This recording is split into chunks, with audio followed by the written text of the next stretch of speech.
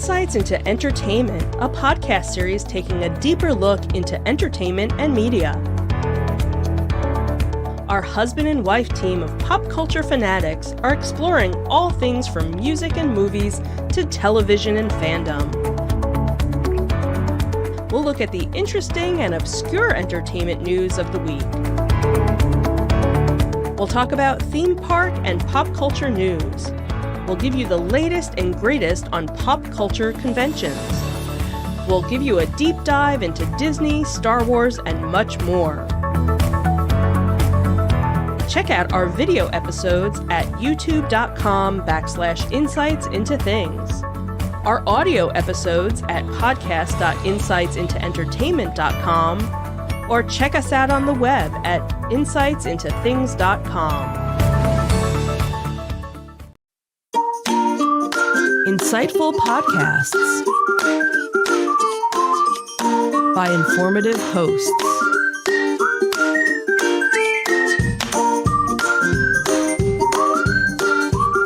Insights into Things, a podcast network.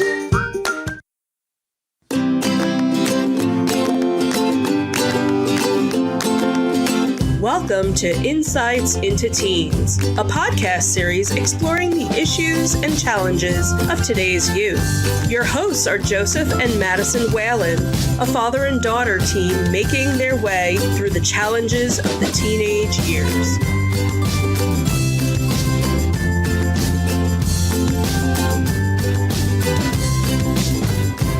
Welcome to Insights into Teens. This is episode 106, Perspectives, Part 1.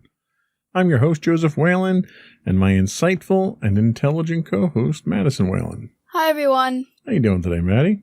I'm doing all right. Anything exciting happened this week? Well, so far, I had my math quiz and my science test. Did pretty good? Yeah, I think so. I'm pretty sure I got a 100 on the science test, and I'm pretty sure I did good on the math test. Good. Kind of what we expect. Not to set unrealistic expectations, but you always tend to deliver on these tests and quizzes. For the most part, yeah. So this week is kind of a Q&A session. We've done a number of those in the past. The Q&A sessions we've done in the past have kind of been get-to-know-you, fun question and answer type things. Mm-hmm.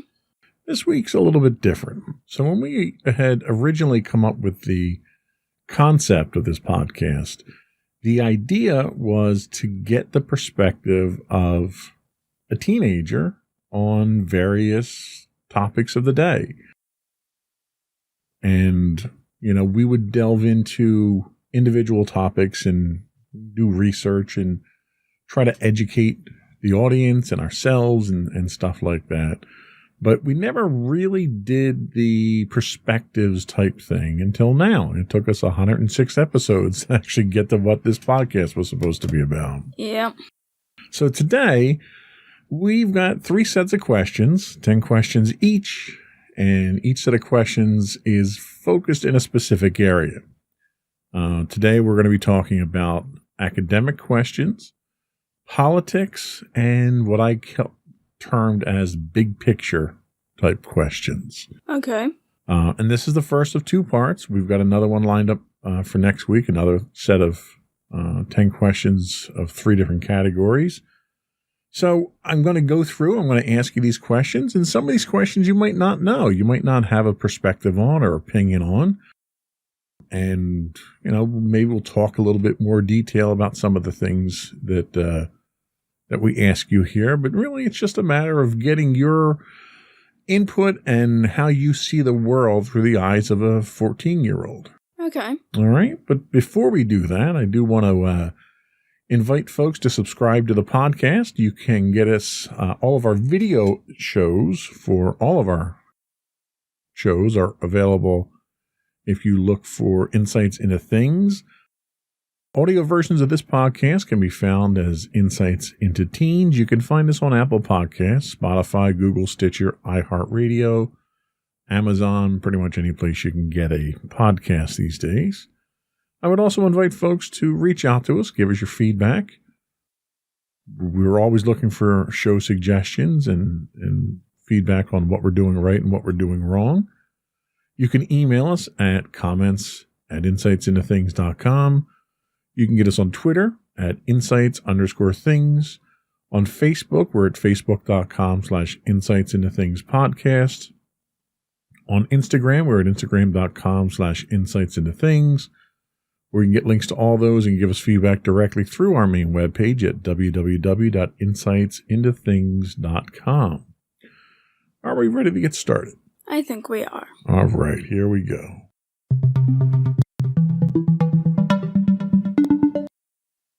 So the first topic that we're going to discuss is academics, and this is stuff about colleges and what you do in school and pretty much everything is confined to school life. So the first question that I have here is, do colleges put too much stock in standardized tests? What do you think? Well, I definitely think that, certain colleges probably, a lot of colleges do use standardized tests as a way to kind of figure out if they want to have the student apply, or if they want to accept the student. We talked a couple episodes ago about GPA and how lots of colleges, some colleges only allow students with a certain GPA, and I think in some aspects they might put a little too much pressure on it, because you can you don't have to have a good GPA to be a good student. You can have there are other areas I'm sure that students would be good at, and in some ways I would say certain colleges do put a bit too much onto the standardized test scores, but also colleges are also looking for extracurricular things. Right. So I'd say that it's kind of an in-between thing, and it really depends on the college you look at. Right, and when we talk about standardized tests, we're talking about the SATs and the ACTs, which aren't necessarily a reflection of your GPA. Yeah. So your GPA is another statistic that you're coming into even after you take these tests. Mm-hmm. And these standardized tests can be, frankly, they can be burdensome. I mean, there's a cost to taking the tests. Sometimes you have to travel to a testing center to take them. You wind up taking practice tests in order to prep for them. And a lot of times, the materials that are on these tests aren't necessarily things that are relevant to your course study when you go to college. In doing a little bit of research, I found an article on U.S. News and World Report where they talked about a report from a group of influential experts who recommend that colleges re-examine their admissions and merit aid policies and consider admitting students without the use of scores from standardized tests such as the SAT or the ACTs. So there is a kind of a grassroots movement to sort of move away from that, because colleges are looking for more well-rounded students, not people that are just very good at taking this one specific test. Yeah. So I think I would tend to agree with your opinion on that one. Okay. The next question here is cheating, and we've done a whole podcast on cheating in the past. It happens. There's certainly no way to. You can't honestly say it doesn't happen, but the question here is: do you think that cheating and we'll confine it to grade school or high school in this case? Do you think cheating is out of control? Well, when I was in school, I would say that cheating wasn't really out of control, because we always had, I don't know what to call them, blockers, I think they were called, where we would block off from everyone when we were taking a test. And there were harsh punishments for students who cheated on exams. So and I'm assuming that high school kind of has the same thing, so I'd say that cheating then wasn't really out of control.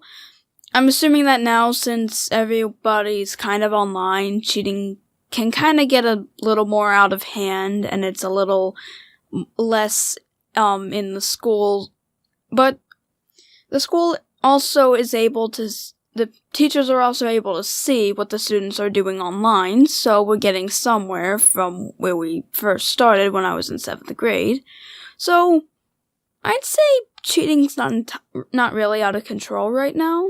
Okay, that's an interesting perspective. I hadn't even thought about the question in relation to the schooling at home scenario.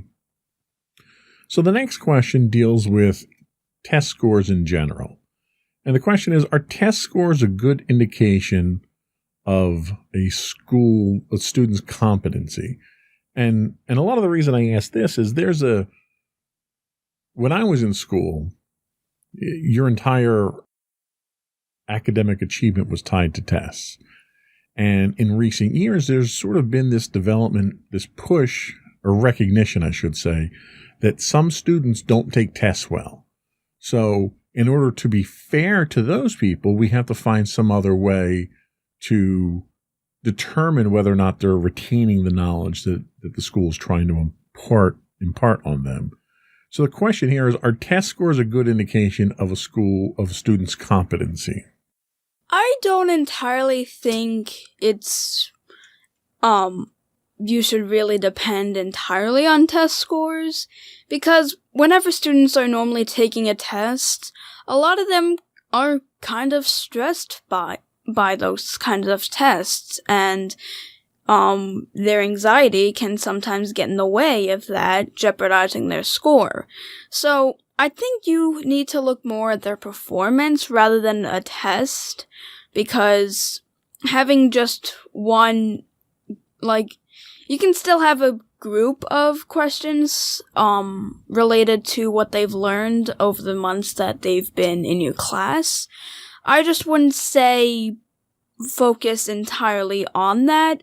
Maybe have an assignment that deals with all the questions and have give the student time to work on them, because when the day of a test, most students are anxiety-induced, and I also don't think that tests kind of reflect everything, because students also have other creative, for extracurricular activities, for example. It's kind of hard to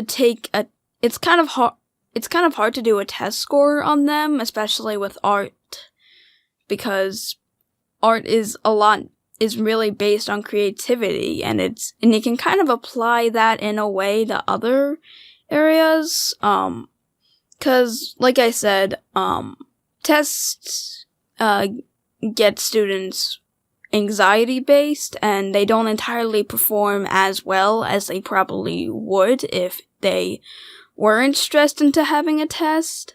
So I'd say just look at their performance over time instead of making them take a test, and using the test scores to determine how well they do. And I think that's probably a a more logical approach to it, because you think about it in the real world, I don't have tests at my job. Yeah. If there's a question of whether or not I'm competent at my job, it's about how I perform my job. Whether it's project management, hiring new employees, managing employees, doing a technical chore, whatever it is, I'm not taking a written test to do my job. So when I'm evaluated for an annual evaluation, it's based on my on-the-job performance, which is no different than what you're suggesting here, is that whether or not the student retains that information is something that you should be able to determine based on how they do their assignments throughout the year. So I think that's a very interesting point you make. So the next one's kind of a little off the wall and not one that you've had exposure to. So you're going to kind of have to put your theoretical hat on for this one. Are there benefits to attending a single-sex school? Meaning, as a female, would there be a benefit to you attending an all-girls school where you're not mixing with boys and girls? Well, I can definitely see benefits for certain people. Like, I could definitely see that it would kind of stop from someone who might, like, someone who's harassed by the opposite sex because there's the battle of the sexes still kind of going on, and especially I'm pretty sure in elementary school we've kind of experienced boys are better than girls or girls are better than boys, and I think maybe when they're younger it might be better to separate them, but still, I think that same-sex school, like, I think that including every sex and gender in a school isn't a bad thing, and that if you do want to go to a single-sex school, it's totally fine. There can be benefits to it if you have experienced problems with the opposite sex, so I would say that there's really no problem. It's really just up to the student if they want to attend and if they feel it would be better for them. Okay, fair enough. Personal preference. I can totally understand that. So the next one's another kind of theoretical one because you don't really do sports a lot. Does participation in sports keep teens out of trouble, or is there a perception that it keeps teens out of trouble? Well, I can definitely see that it could probably keep teens out of trouble. One of my assignments for gym this week was actually reading an article about how physical fitness affects and benefits the teenage brain, and there's a lot of benefit to playing sports. Kids learn beneficial I don't know what to call them. Like, there's certain benefits that you get from sports. Yeah, like socializing, learning teamwork, right, that kind of thing. And I can definitely say that it won't entirely keep them out of trouble because some kids who are in sports can still kind of get into trouble. But it is a good way to give your teen some positive benefits that could potentially keep them out of trouble. Okay, that makes sense. So the next question that we have is one that all teens absolutely love, and it's about homework. So, do you think homework is harmful or helpful to the student? It really depends on the student, in my opinion. If the student I can definitely say that the extra practice for certain students can definitely be helpful and it can help them improve their grade. But for some students who get stressed by the amount of homework that they get, it can definitely be harmful to them to have to do more homework than they can possibly manage. So it really depends on the student themselves. It can benefit someone who needs the extra practice, and even help them learn other skills like time management, working on independent work. But for students who have struggle managing their time and homework isn't really helping it can be harmful to them. I would tend to agree. I think homework is something that is subjective and something that's situational. It's homework is, you spoke of anxiety previously with the test. Homework can be just as anxiety generating as tests. Kids get home, they need to relax. They need time to relax and unwind and do recreational things. And when you're loaded up with homework when you get home, that's something that can really eat into you and cause more anxiety, and in the long run can cause more harm than good. Next one, and this is kind of an interesting one here. So your teachers grade you based on your performance. Should students be allowed to grade their teachers based on their teachers' performance? Honestly, I've never actually thought of that before. I mean, I definitely think some students can probably jeopardize it and say that their teacher's bad even when they're really not, because they can feel like, oh, she's torturing me, she's giving too much homework, and it's like, really? So the vindictive student. Yeah, it's just, I'm not entirely sure if some students are emotionally mature enough to handle that kind of stuff. That's a good point. But I definitely think there are some students who could. I just don't really see the point in really grading your teacher's performance. Like, I get if you have, like, a really bad teacher, grading their performance might be able to fix it. But I still really don't see much purpose in that. Well, and I think the impetus for this question is a lot of teachers' performance is based on their students' performance. So if your students don't perform well, it reflects on you poorly as a teacher. So if your students could be part of that evaluation process and get feedback from the students to the school about whether or not the teacher's doing their job, are they attentive? Are they compassionate? Do they do their work? Do they do are they putting forth the effort needed to teach this to students? I think all of that wouldn't be the sole factor in determining a teacher's performance, but it would be a contributing factor, along with the performance of your students and their attendance and everything else that goes into their performance now. Okay. Yeah, I think it would be a bad idea to have the students be the sole judge of whether a teacher's doing a good job or not. Yeah. At that point, you got students that are blackmailing their teachers. Yeah. So let's move on to some college questions. So the first one that we have here is about the cost of college. So before I ask the question, I want to throw out some numbers here. So for the 2017, and this information comes from I didn't write it down. It's the National Education Association.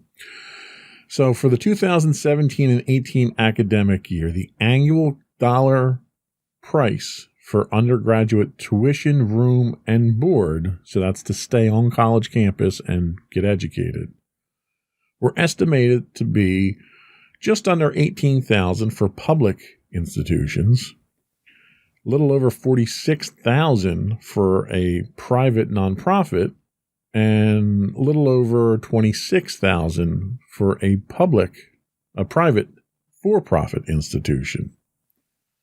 Then what we saw, and that's the most recent time frame. So for comparison purposes, between the 2007 and 8 year and the 2017 and 18 year, in that 10-year time frame, there was roughly a 30% increase in tuition over the course of 10 years. So with that said, we haven't picked the college yet or anything, so we don't know which of these types of institutions that you're going to go to, if you go to one. Do you think, based on these numbers, that the cost of college is too high? Well, I'd say that I don't think the prices should be increasing as much as they have. So I think that I get that the price that colleges pay a lot of money to have the technology and the resources for students. And of course they need to make the money back. But there is a certain, I feel as though there's a little too much money that the students are expected to give to the colleges, especially at an increasing rate of what we have as 31% in 10 years. So I'd say that don't have the price increasing as much, because, I'm pretty sure most people who have gotten out of college pay a lot of, were really in debt when they were done. And I just feel as though it's a little too much money to, have, students pay for it, so I'd say tone it down a bit. Fair enough. As a parent who's about to send a child to college in a few years, I would totally agree. So let's talk college admissions. Now, we talked briefly about what was involved in college admissions when we did our GPA episode. And we talked about how competitive it could be. How, certain colleges that are choice colleges only have a certain number of slots, and they're very selective in who they allow into their colleges. Do you think overall that the college admissions process is too competitive? Well, probably for the colleges that have very few entries, it can probably be a bit too competitive in that sense. But for the colleges that pretty much accept almost anyone, I'd say there's not really much room for competition there. But for colleges that have very few slots, yeah, it can probably get a bit competitive between a lot of people, especially if they're trying to go to the same college and one gets accepted and the other doesn't. So that leads us into our last question in this segment here, and that's about competition. And we're talking not just competition in college admissions, but competition in general in school. Is competition a good thing? As long as it doesn't go too far, I'd say. I definitely think that competition, is important for people. It's important for students to learn that, I wouldn't say that competition is too bad as long as it doesn't go to the extremes. Competition can teach, especially if you're on a team, think of sports, it teaches you how to work with your team members in order to beat the other team. And as long as everyone realizes that even though one side won, it doesn't mean that the other side didn't do as well. Just because didn't put in as much effort. Yeah. I definitely think as long as they know that both teams put an equal amount of effort in towards winning, then I think it's fine. But there is times when competition can get too competitive and people can start rubbing it in other people's faces, and you can get sore winners and sore losers. There's definitely a dark side to competition. I agree with you there. Yeah. That was all we have for this segment. We're going to take a quick break, and we'll come back, and we're going to get your perspective on politics.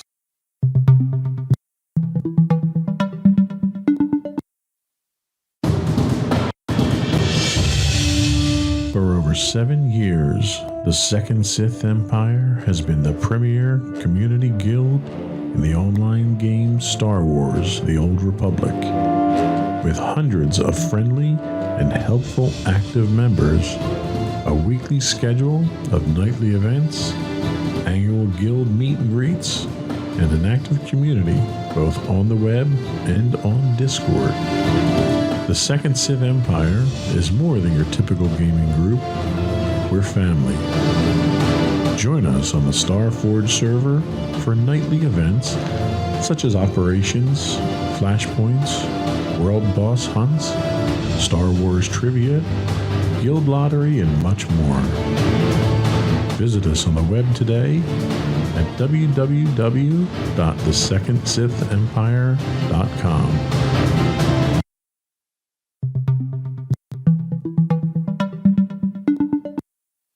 Welcome back to Insights into Teens. We are talking teen perspectives on politics.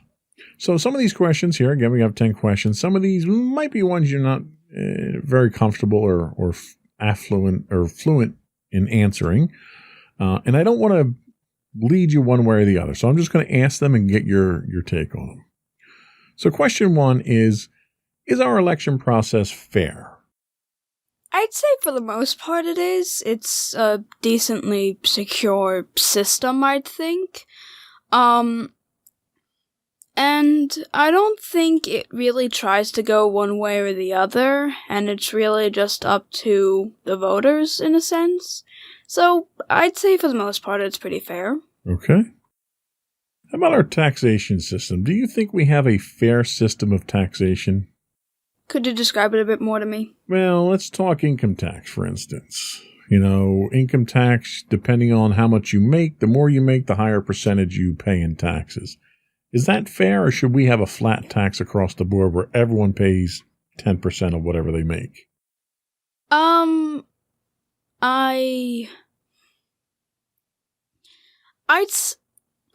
know that there's a lot of people who are gonna say that we should have it one way or another, but I think so far it's fine. I think that the bigger amount that you make, the higher your income, the higher you have to pay in taxes, is fair enough because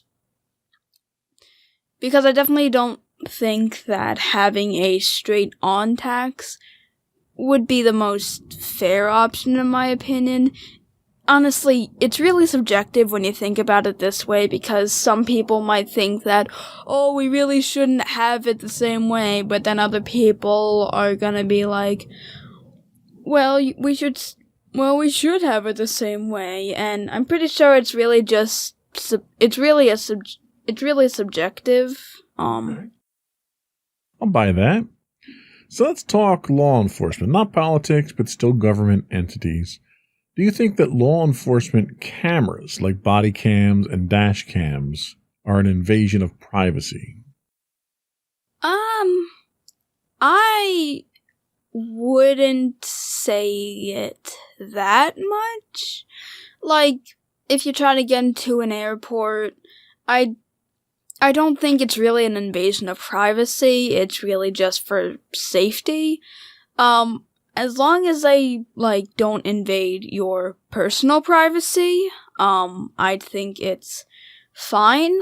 They're really just trying to check if it's safe, and they really don't care what you're carrying in your suitcase or anything like that. It's just making sure you don't have anything bad. Okay. Buy that.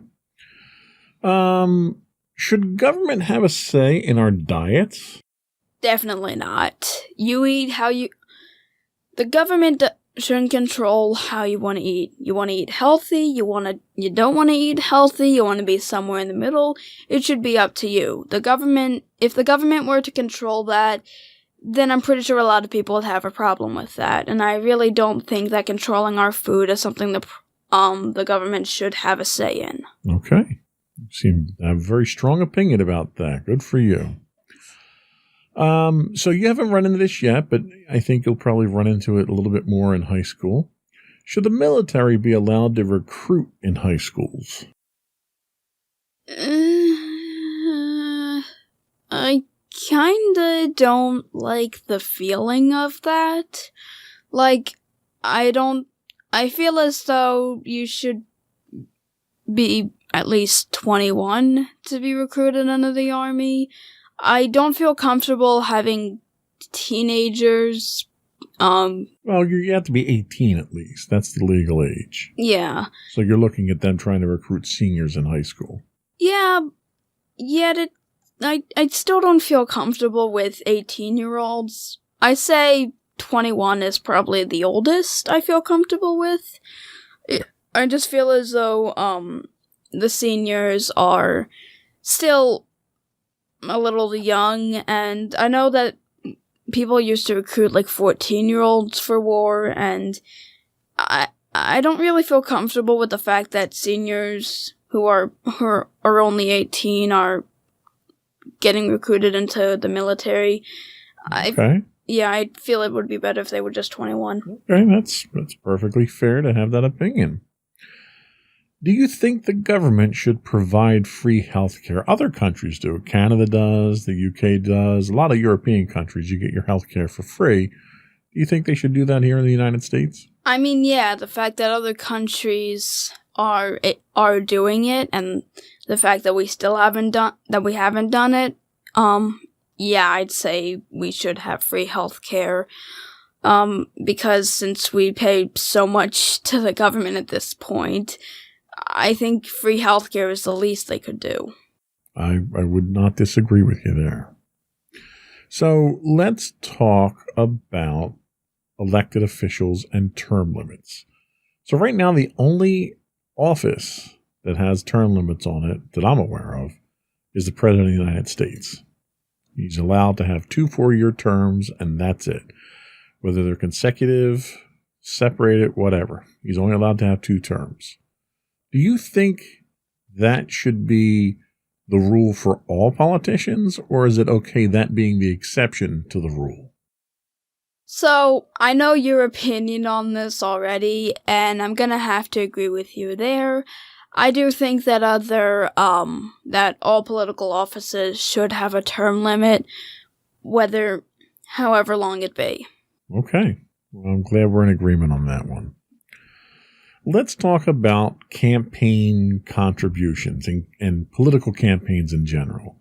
So, and I'm going to give a little background on this. So right now you have people that spend millions and millions of dollars on a political campaign to be elected to an office that pays maybe a couple $100,000. Do you think that campaign contributions distort our political system?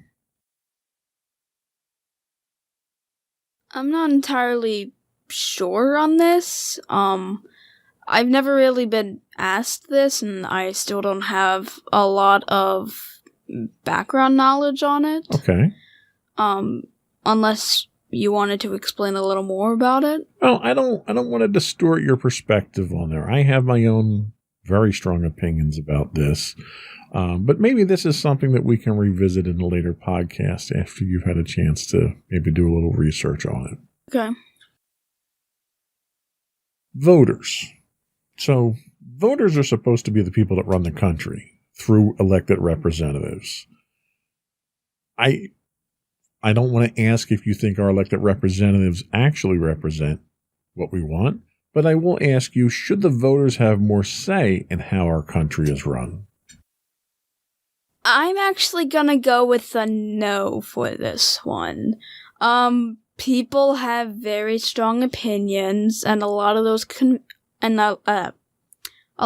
opinions kind of go against other people's very strong opinions, and the fact that there are so many people who believe one way and so many people who believe a certain way the other way very strongly.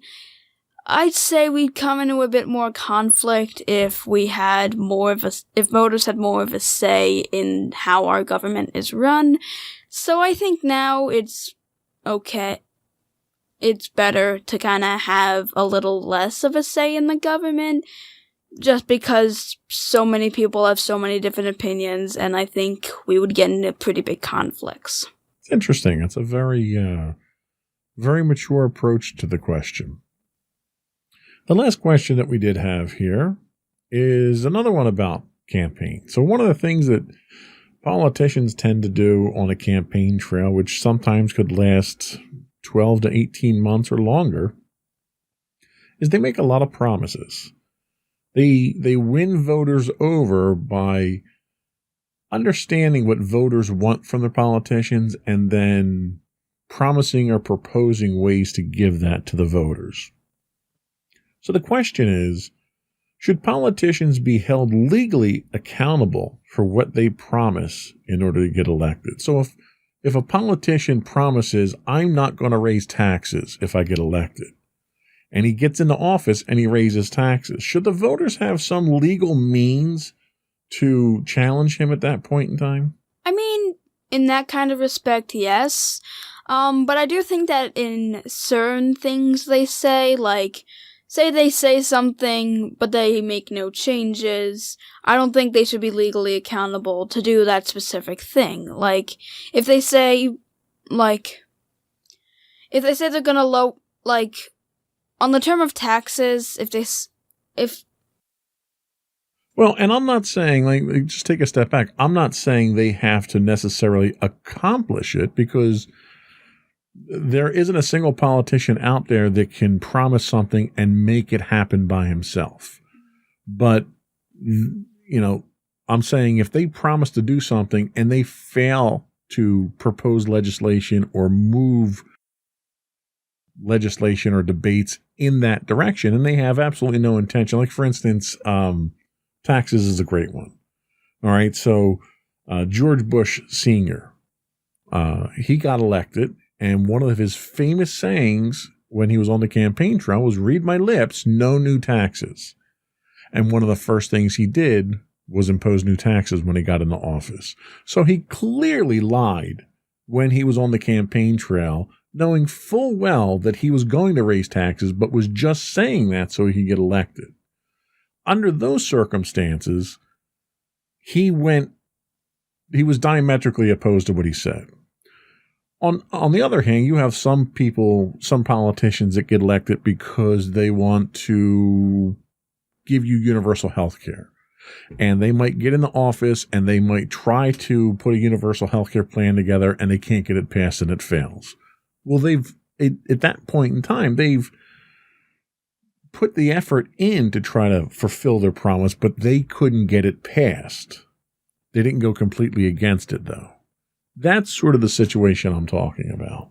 Okay, so if they directly oppose what they'd promised, I would say that they should probably be legally accountable for that. But if they do try and it doesn't happen, I don't think they should be legally accountable for that. Okay, fair enough. That was all we had in this segment. We're going to take a quick break. We're going to come back and we're going to talk about big picture questions. Oh, dun, boy. Dun, dun.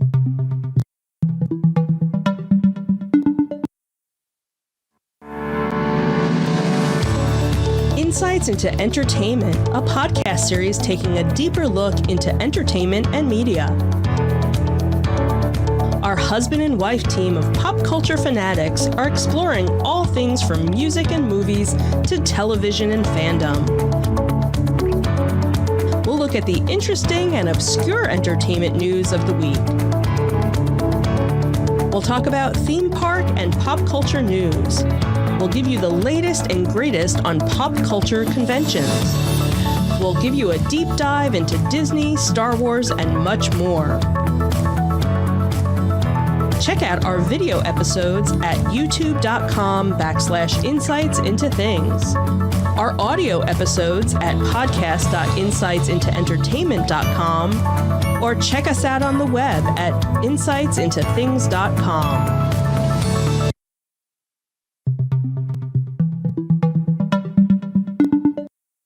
Welcome back to Insights into Teens. We are talking teen perspectives on big picture questions.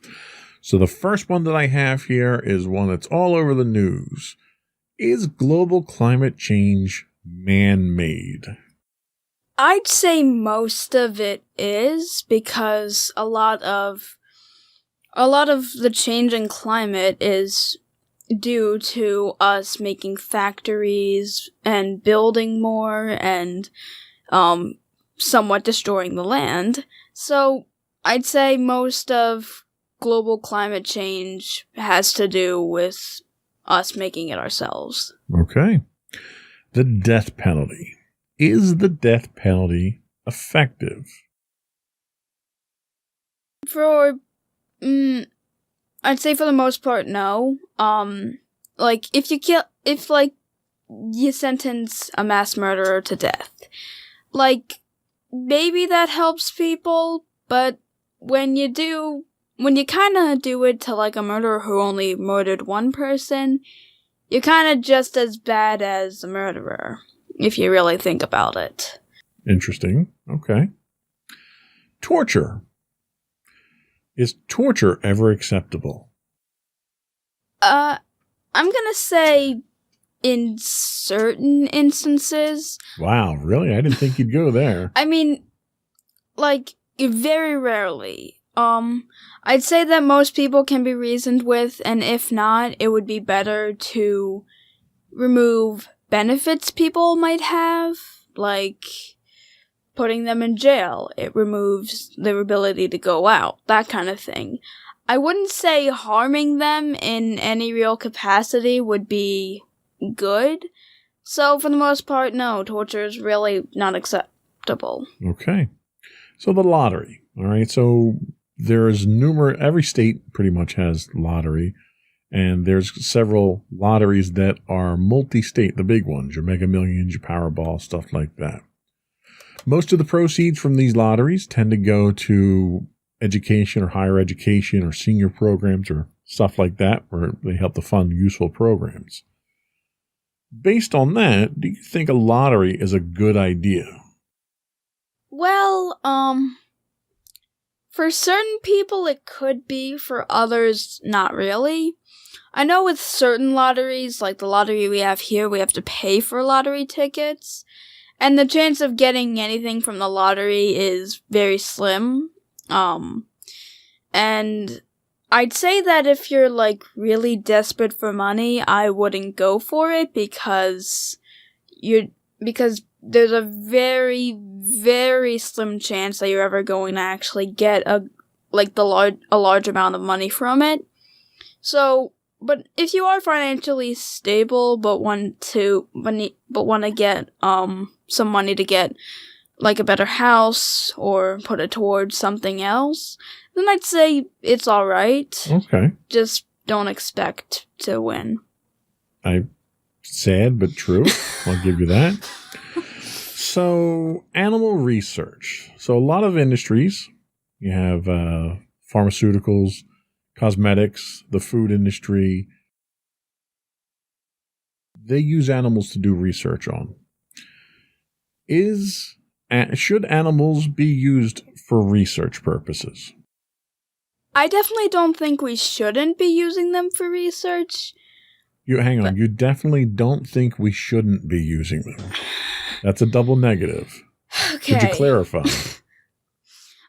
I think that researching animals can give us a better understanding of them, but I don't think we should take it to, like, an extreme. Like, if you want to research an animal's, autonomy, that kind of stuff, I'd kind of recommend maybe using an animal that kind of died off naturally instead of experimenting on a live one. Like, I'm just gonna say, research them as long as you don't torture them. That's pretty much what I'm trying to go for. Okay. So humanely, animal research done humanely is okay. Yes. It's better to give an animal a rash than a human a rash if you're testing some cosmetics. What? Well, that's what they do. So if they're testing a new cosmetic, a new chemical or something like that, they'll test it on an animal, and they'll see what kind of reaction the animal has. If they tested it on a human instead, they could hurt the human. True. So that's really what the research that I'm referring to is. Okay. Okay. Cigarettes. Should cigarette smoking be banned everywhere? Honestly, I don't really see any benefit to smoking cigarettes. Says someone who doesn't smoke. Look, I'm part I don't smoke either, so. I'm part of a school that says say no to drugs and always say no to any type of thing that can be harmful, and I've been taught that cigarettes are harmful. And personally, I don't know the benefit. As a teenager right now who's never smoked, I really don't see the benefit of smoking.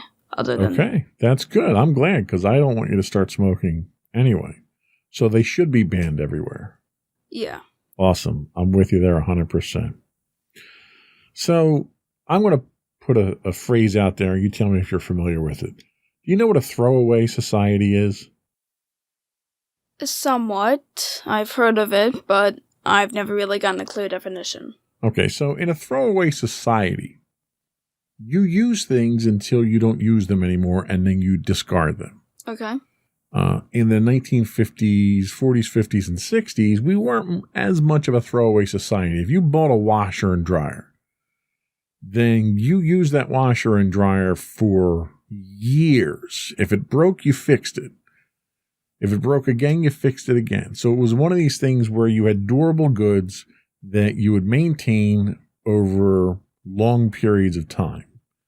Nowadays, when you're done with a TV, you may buy a TV and that TV may be, good for 3 or 4 years. And then you decide, well, you don't want an HD TV. You want a 4K TV. So let's throw the old one out and buy a new one.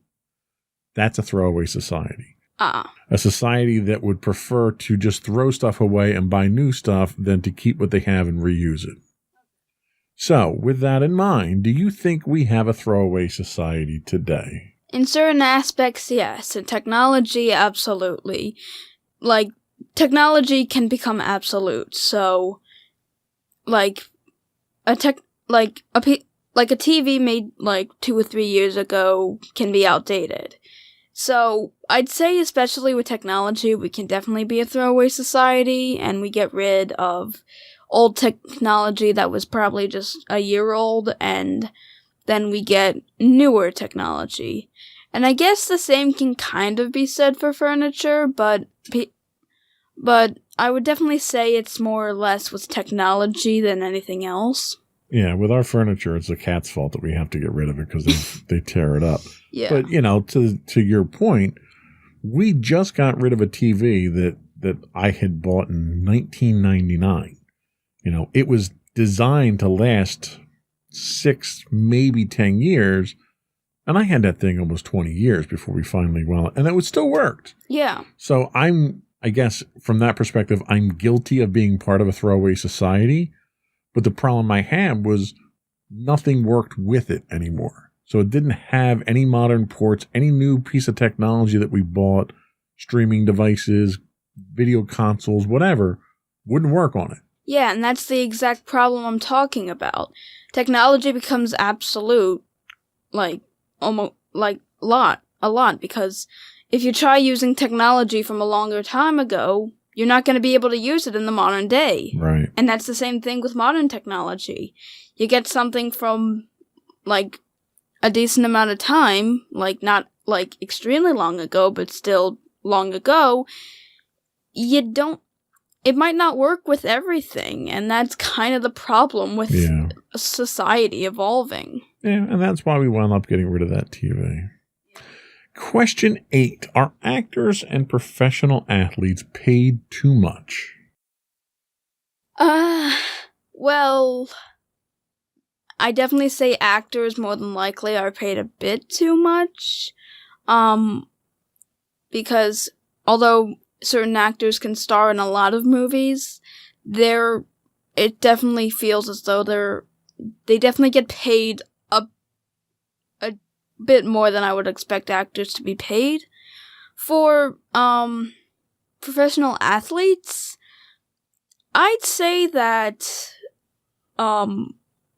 maybe the amount that they get paid might be a little more reasonable, especially since if they're doing a sport like football where they can get injured and they need to go to the hospital in some instances. That's a good point. Yeah. I was kind of thinking of that when I looked at this question, so... That's a very good point. So let's switch that question up a little bit and say, are CEOs, people that run these big giant companies, are they paid too much?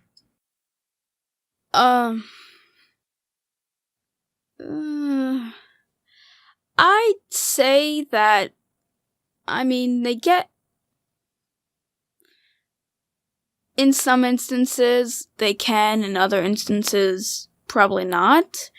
If they have, a pretty decently sized company that makes millions of dollars, I can kind of see them getting paid in a decent amount, but it's also not the CEOs didn't entirely found these companies. They kind of just run it. So I'd say in most instances, they probably get paid a bit much more than they really need to. Okay, Fair enough. So the last question we have today, and the last question in our big picture category, is does religion cause war? Okay, I'm gonna go a bit deep here. I don't think it's religion specifically that causes war. It's the different viewpoints of religion that causes war. Like, say you have someone who's Christian and another who's Jewish. And they both despise each other for their religion. It's not that they have a different religion, it's just that they can't accept that the other person has a different religion. I think it's not religion specifically that causes war, it's just the fact that sometimes people can't accept other religions.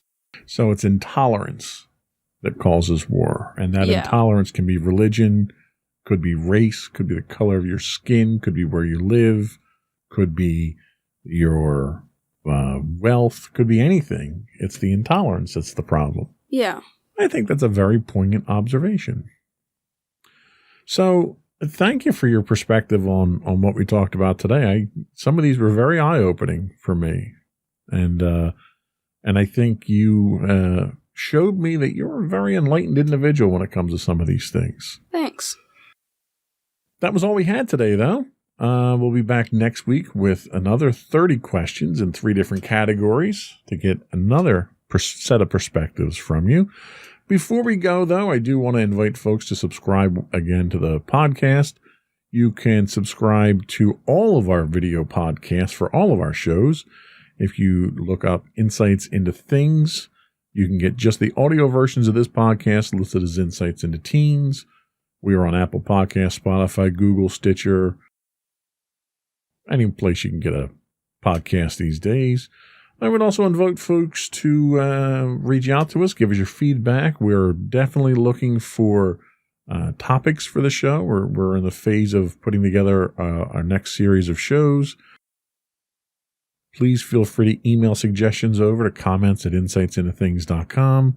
You can hit us on Twitter at insights_things. You can also get high-res versions of our videos on YouTube at youtube.com/insightsintothings. We do stream 6 days a week on Twitch at twitch.tv/insightsintothings. If you are an Amazon Prime member, you do get a free Twitch Prime subscription. It's a monthly subscription. We would very much appreciate you throwing that our way. It helps us out a lot. You can get audio versions of this podcast at podcast.insightsintoteens.com. You can reach out to us on Facebook at facebook.com/insightsintothingspodcast. You can get us on Instagram at instagram.com/insightsintothings, or you can get links to all those sites at our main website, www.insightsintothings.com. And don't forget to check out our other 2 podcasts, Insights into Entertainment, hosted by you and Mommy, and Insights into Tomorrow, our monthly podcast, hosted by you and my brother Sam. That's it. Another one in the books. Bye, everyone. Bye.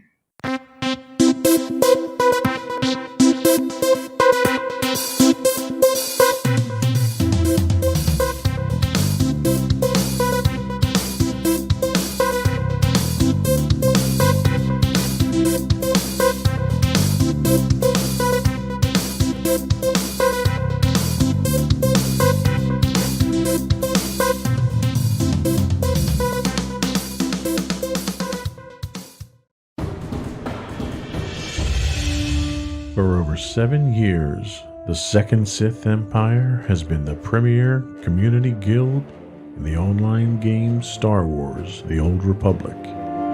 With hundreds of friendly and helpful active members, a weekly schedule of nightly events, annual guild meet and greets, and an active community both on the web and on Discord. The Second Sith Empire is more than your typical gaming group. We're family. Join us on the Starforge server for nightly events such as operations, flashpoints, world boss hunts, Star Wars trivia, guild lottery, and much more. Visit us on the web today at www.thesecondsithempire.com. Insightful podcasts by informative hosts.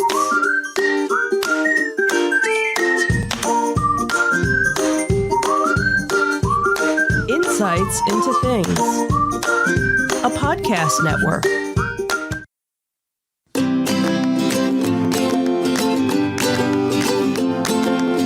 Welcome to Insights into Teens, a podcast series exploring the issues and challenges of today's youth. Your hosts are Joseph and Madison Whalen, a father and daughter team making their way through the challenges of the teenage years.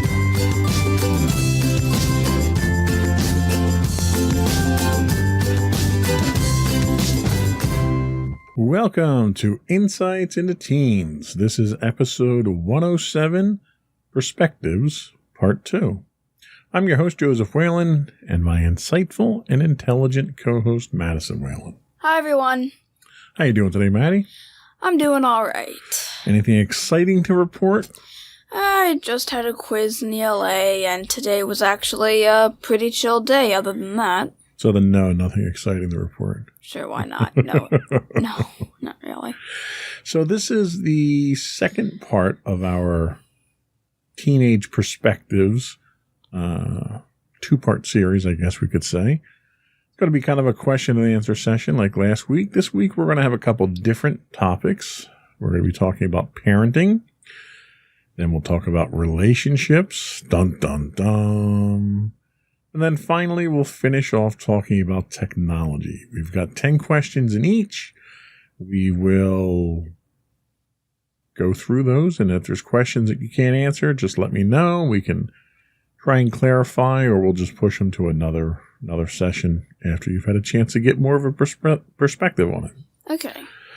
Before we start, I would encourage folks to subscribe to the podcast. You can get video versions of our podcast listed as Insights into Things. You can get audio versions of the podcast, this podcast in particular, listed as Insights into Teens. We're available on Apple Podcasts, Spotify, Google, Stitcher, iHeartRadio, Amazon, and any place you can get a podcast these days. I would also encourage folks to give us some feedback. Contact us at comments@insightsintothings.com. You can get us on Twitter at insights_things. We are on Facebook at facebook.com/insightsintothingspodcast. On Instagram, you can get us at Insights Into Things, or you can get links to all those and direct contacts to us on our website at www.insightsintothings.com. Are we ready? Yes, we are. Let's get started.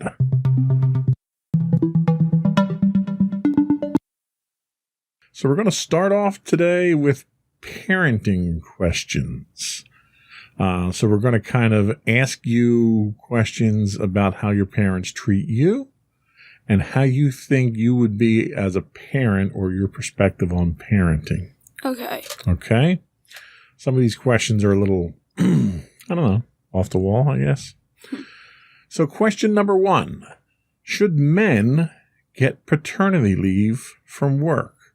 So before we get into that, let me quickly explain that paternity leave, when a mother is having a baby, there's what's called the FMLA, the Family Medical Leave Act. Okay. And that grants the mothers up to 12 weeks of paternity leave either before or after the birth of the child.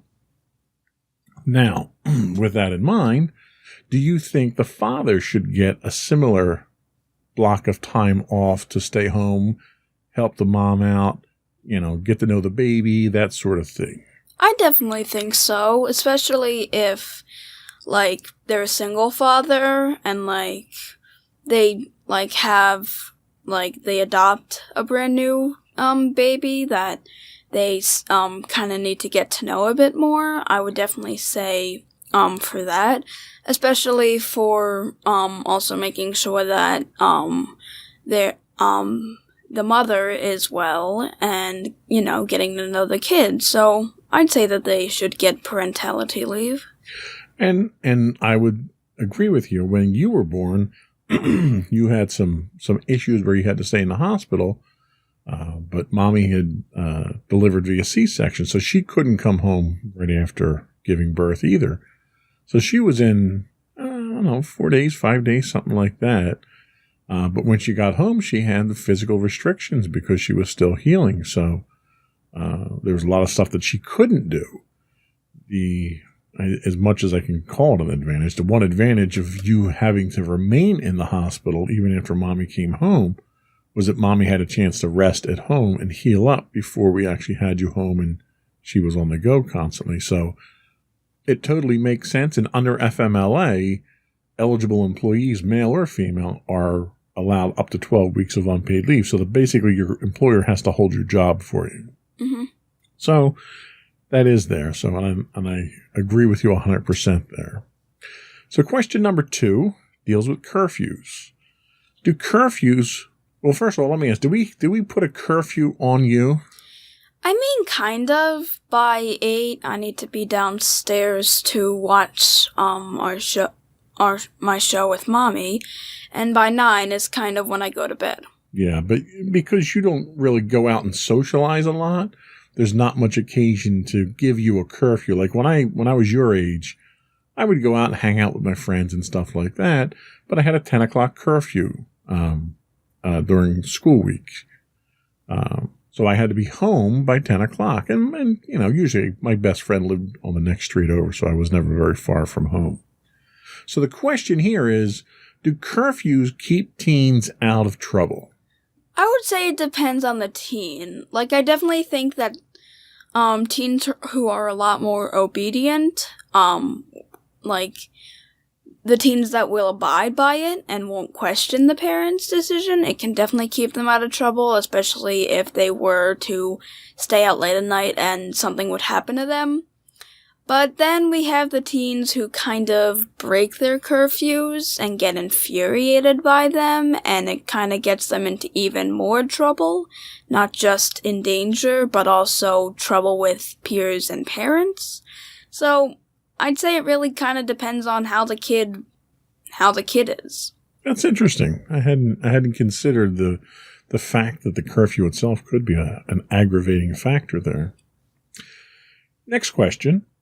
Is child behavior better or worse than it was years ago? So, before I answer this, could you give me kind of an overview of what child behavior was like in the past? Well, when I grew up, a lot of what we did was outside the house. So we were constantly out playing or hanging out or playing sports. Or if you were over somebody's house, you were over their house for a short period of time. That there wasn't as much online. Well, there was no online activity. So everything occurred outside. And when things are, outside, you run into stuff where kids get bored and they start doing things that they probably shouldn't be doing. Trespassing on other people's property, damaging people's property when they play games. Like we used to play a game on my street called Manhunt. And it was basically a modified version of hide and seek in teams. But you weren't doing it on the street. So you were running through people's backyards and on people's properties and stuff like that. And occasionally we would break things.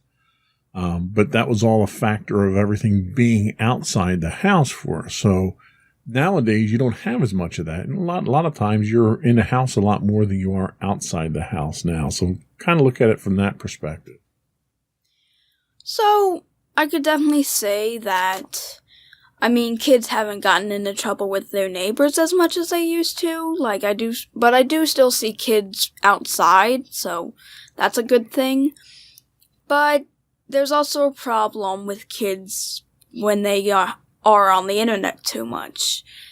Some kids can be pretty cruel, and there are a lot of, things that kids have kind of messed up because they are bored on the internet and don't really think that their opinion affects people. So it's kind of 50-50 at this point. They're probably not doing physical damage, but they're also still kind of doing damage. So I'd say just watch out for your kids. Yeah, and I would agree with you there. I think I think some of the bad behaviors, or most of the bad behaviors, are still there. They just take on a different form now. Yeah. You would trespass on people's property before, well, you may be trespassing on people's social media or their websites or something like that now. And I think the risks probably are a little bit higher now because the exposure that you have in an online world is significantly greater than you did in your neighborhood. Yeah. You know, when we were growing up, you always were told to watch out for suspicious cars or people that were, you know, adults that you didn't know who were talking to the kids. And that was the sort of predatory type individual. You could see him. It was very clear. So you knew who it was and you knew they didn't belong. Whereas online, you're exposed to a much wider array of people that you have to be careful with. And you don't know who they are because they're hiding behind a keyboard somewhere. So someone who may be pretending to be another 14-year-old girl who's trying to empathize with you and relate to you might be a 50-year-old man who's trying to lure you out of the house to do something inappropriate. And you don't know that because it's not that obvious. Yeah. So the dangers are, I think, significantly higher. Yeah. Question number 4. And again, I think this one is also really tied to technology. Should companies market to children?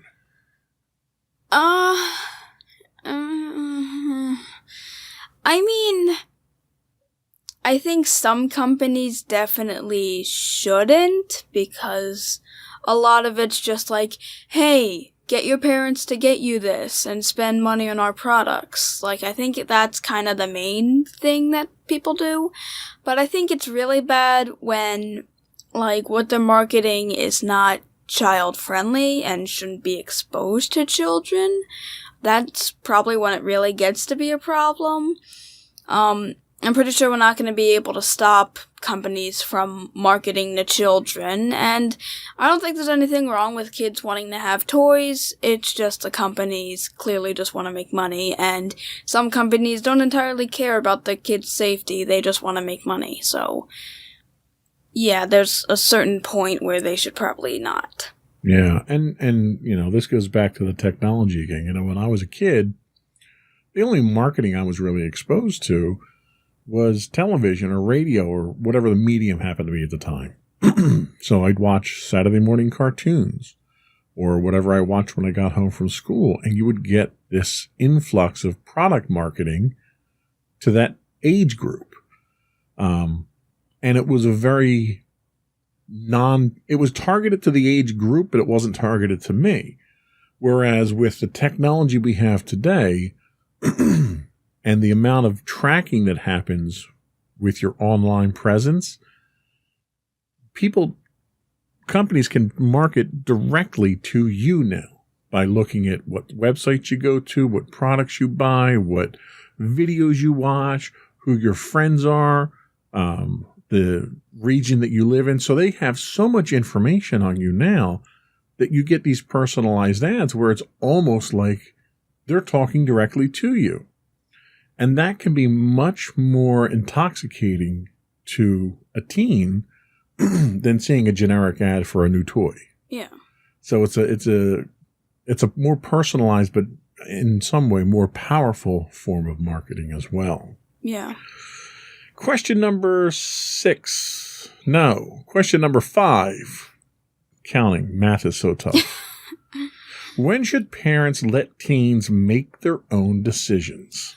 So I don't think there's a defined time for this, and it really just depends on how mature the teen is when they're making their decisions. If they're mature enough and they've been shown that they can make their own decisions, I'd say then you can let them make their own decisions on what they like, what they don't like, that kind of thing. But I do think that there are some teens that make pretty bad decisions, and parents kind of have to have a bit more control with them and not let them make too many of their own decisions, just to keep them safe at least. That's a good point. It's more of a judgment call than, saying that you're 13, you can make your own decisions now. Yeah. And it's, you invest a certain amount of responsibility in the child and see how they react to it. Some react well and they can handle it. Some can't. And you kind of have to pull back on the reins a little bit until they get a little bit more mature. Now, question number 6. It was such a good question, I wanted to skip everything else. Do teens have decent role models today?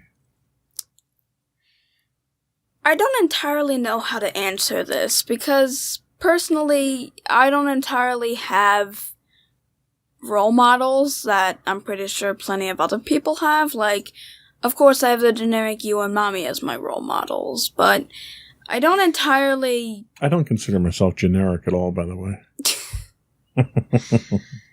It's just I don't entirely know how to answer this because I don't know, like, I really don't have any experience with role models in the media for teens, at least. Like, I don't know really how to answer that. Well, and I can tell you that as a child, as a teenager myself, most of my role models, I drew on fiction for my role models because, I don't know, I think creatively, things were a lot more black and white when I was a kid. You had good guys and you had bad guys. There weren't shades of gray in between. You were either one or the other. Mm-hmm. And it made it very easy to look at things that I was interested in. TV shows, for instance. Transformers was a great one. I used to love Transformers. Optimus Prime. Optimus Prime was the ultimate good guy. He was always a good guy. He always did the right thing. Was a cool looking truck. Had, a really, Peter Cullen did the voice. He did an awesome voice for Optimus Prime. But you had these moral good versus evil plays where it made it very easy to pick the good guy or to recognize the bad guy. And, whether it was Transformers or G.I. Joe or Star Wars or whatever it was, I never looked at celebrities as role models. I never, like a lot of people worship celebrities. I never really got into that. Yeah, neither did I. Right. So my thing was always either characters from literature or television shows or movies or whatever. That was who I related to. That was the character that I could get into. And that was where the life lessons were a lot of times because it was so black and white. And I don't think today's entertainment for teens is that black and white. You have so many anti-heroes now, so many heroes or so many characters that play both sides of that fence. And sometimes they're morally ambiguous. You have a lot more flawed characters that you see in television and movies now. So it's not as easy to see what a good guy or a bad guy is in fictional accounts. So I think a lot of teens turn towards athletes or celebrities and they see, this guy, a basketball player who grew up poor and got his big shot and now he's a multimillionaire and he's got his own shoe line. That's who I want to be because he's so successful. And I think the reason behind some of that motivation for using them as a role model might be disingenuous from what role models were when I was a kid, at least. I mean, yeah, I can understand that. And I definitely think that some fictional characters might, it's definitely hard to depict who's good and who's bad. So, yeah, I can definitely understand your aspect of that. Okay. So the next question we have is there too much of an attitude of entitlement in today's youth? You know what I mean by that? Yeah, and yeah, I'm pretty sure that lots of kids at this point have kind of gotten the feeling of being really entitled. There are plenty of kids who are demanding, who are spoiled, who want everything in the world and don't think they need to work hard for it. There's a lot of kids like that I've been seeing recently, and I definitely think there's a bit too much entitlement and attitude in today's youth. Of course, there are exceptions to that, but overall, when you take a group of kids, most of them are more than likely going to have some form of entitlement. Okay, fair enough. So the next question has to deal with chores and getting paid for them, which you do. So the question is, should teens get paid to do chores around the house? So, I think teens should be at least somewhat rewarded for their chores. Like, I can definitely see a family who can't entirely afford to pay their teen for their chores, so you don't actually have to give them money for it. But I would say at least giving them some type of reward so that they can still stay motivated, and it's like, oh hey, if I do my chores, I get this. And it's a good way of teaching them hard work and how to motivate you, and giving them motivation and a reward for doing hard work. And I agree with you 100%, which is why we do pay you to do yours. And I'll even go a little bit beyond that, is it teaches you the value of $1. And this kind of goes hand in hand with that sense of entitlement, where a lot of kids, the kids that don't have to work for the things that they want and just have it handed to them, generally, and there are exceptions, but generally there's a lack of appreciation for what it takes to get the things you want. You know, you want a new game system, you want a new book bag, you want a new bicycle, whatever it is. If it's just given to you, then you don't have an investment in it, and you don't treat it with the respect you would if you had earned it. But when you work and you earn the money and you take your money and spend it either on yourself or someone else, there's a much greater investment in what you're spending that on. You respect your property more when you've worked to earn that property. Mm-hmm. And I think kids that don't have that reward motivation to do chores don't gain the benefit of that appreciation.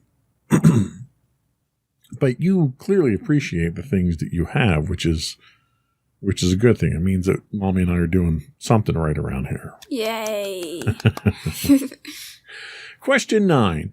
How should parents discipline their children in today's society? Okay, so this also kind of depends on the kid. If the kid has shown to be, well, you don't really have to the discipline doesn't have to entirely be harsh. If the kid, doesn't care and doesn't understand and really doesn't have any, really, once again, doesn't care, then I definitely think the punishment, not punishment, discipline should be a bit harder on them. But there's definitely one thing that I can agree that should never be implemented in discipline. Don't harm your kid. Violence physically, you mean? Physically. And mentally. Mentally, we shouldn't harm you either? Yeah, we shouldn't. I'll write that one down. You shouldn't hurt your kids in any way. That's pretty much what I'm saying. Don't hurt them emotionally, don't hurt them physically, don't hurt them mentally. Violence, in either sense, is never the option. So, bearing that in mind, what do you consider to be acceptable discipline? I definitely think that, taking away small benefits is an exceptional way to discipline your kids, like taking away one of their toys or taking away their device. No, you do something wrong and you don't get your game system for this week. Well, if it is an extreme thing, I definitely think that you should probably have a talk a bit more and, some small form of punishment, maybe say this time that you maybe do your chores but you don't get paid, that kind of thing. Okay, so deprivation rather than anything harsh. Yeah, and maybe you should work with your teen a bit more and you can then kind of decide which punishment would be better. Well, form of discipline, I prefer to say. Sure. So yeah. Okay, that works. So the last question we had in this category, and then we can give you your parenting certificate, is at what age do you think, excuse me, what age is it okay for kids to stay home by themselves?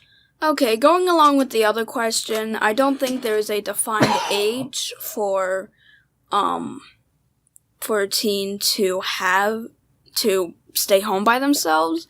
It's more or less if the parents feel they are responsible enough. Can they stay home by themselves without causing harm to the house or themselves? That's basically kind of what the parents have to think about, because I definitely think some teens can't stay home by themselves who are about the same age as me. And I definitely think that there are some teens who are about my age that are probably mature enough that they can stay home alone. So it really just depends if they can handle the responsibility. So another judgment call by the parents based on how the child reacts to it. Yep. Understood. Sounds good. That's all we had for this series of questions. We'll be right back, and we'll talk about technology.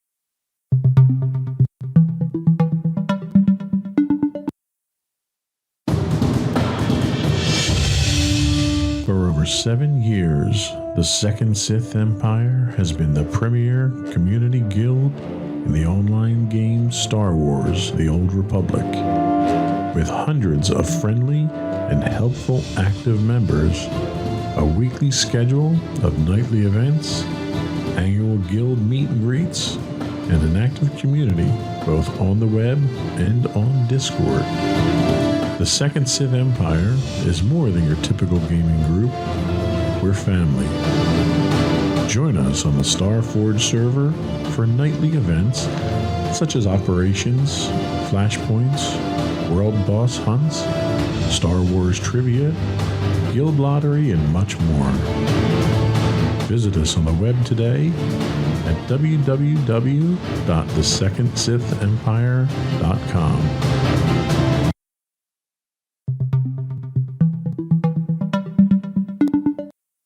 Welcome back to Insights into Teens. We're getting perspectives, teen perspectives. Up next is actually relationships. We're not going to talk about technology yet. That was just a tease for the end of the show.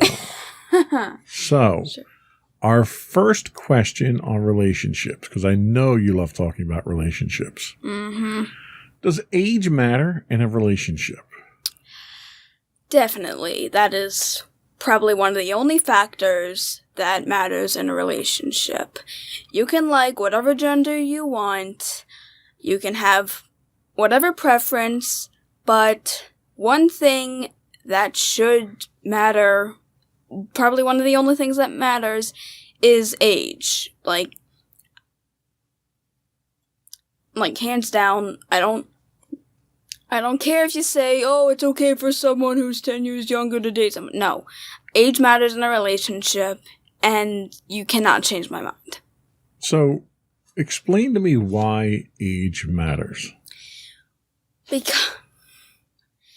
Because, okay, so the main problem with this is when you think about someone who could be someone kind of young, dating someone who's old enough to be their parent. Like, that feeling just makes many people, myself included, extremely uncomfortable. And especially if we're thinking about younger kids, yes, age definitely matters in a relationship. No one's gonna change my mind. Age is the only factor that would matter in any type of relationship. Well, you seem very strong about this. Definitely, yes. Well, I have to tell my brother, who married someone who was younger. He's 10 years older than me. He married someone who was younger than I was. And to the best of my knowledge, they're still happily married. You have certain marriages. You have Michael Douglas, I think, is a good example. His wife, I think, is almost 20 years younger than he is. And they have a very successful, very happy, productive marriage. I mean, I guess in certain instances, but still kind of the thought of that, like, I get it, people can be happy, but I think there's probably a point where age starts to matter less and less. I guess. And I think I totally agree with you from a teen standpoint that I would not feel comfortable with you ever dating someone who was significantly older than you. And when I say significantly older, I'm saying maybe 5 years or more is too much. Yeah. But I think once you hit adulthood and you meet somebody, regardless of their age, if they are someone who you can relate to, that you fall in love with, and that you enjoy being around, I don't think age should be a limiting factor. I think what you might find is that if that age gap is too great, the two individuals have less in common to build a relationship on, because as that age gap increases, the difference in personality and experience and preferences and all that stuff starts to get different. And for some people, that difference is exactly what they thrive on, because they offer each other something that they never could have experienced with someone their own age. Because, maybe the older person in that relationship feels younger with that younger person, and that younger person feels more entitled, more privileged being with an older person who's more established professionally and mature-wise and attitude-wise. So there's trade-offs there. But I agree to a certain extent that there's an age where that probably starts becoming less of a factor. Yeah, I guess I can understand that. So sticking with the whole age thing, what age is appropriate for dating? And I'll say that with a caveat that we live in New Jersey, and state to state, that age varies, the age of consent. And when I say consent, we're talking about sex. Yes, I know, I said that nasty word. It's okay. So most states, it's either 16, 17, or 18. In New Jersey, the age of consent is 16. Just because you're dating someone doesn't mean that becomes a factor, but for the purpose of this discussion, it's important to know what those legal ramifications are. Okay? So, with that in mind, what age is appropriate for dating, do you think? So, consent aside, I would think that maybe at 16 would be a decent time to date. Of course, you don't have to date immediately when you're 16. You don't have to date at all, in fact. But I would definitely say that give yourself time to figure out who you want to date, if you want to date, that kind of thing. And if you do want to date, I'd say at least 16. Consent, I feel, should probably be a bit higher, though.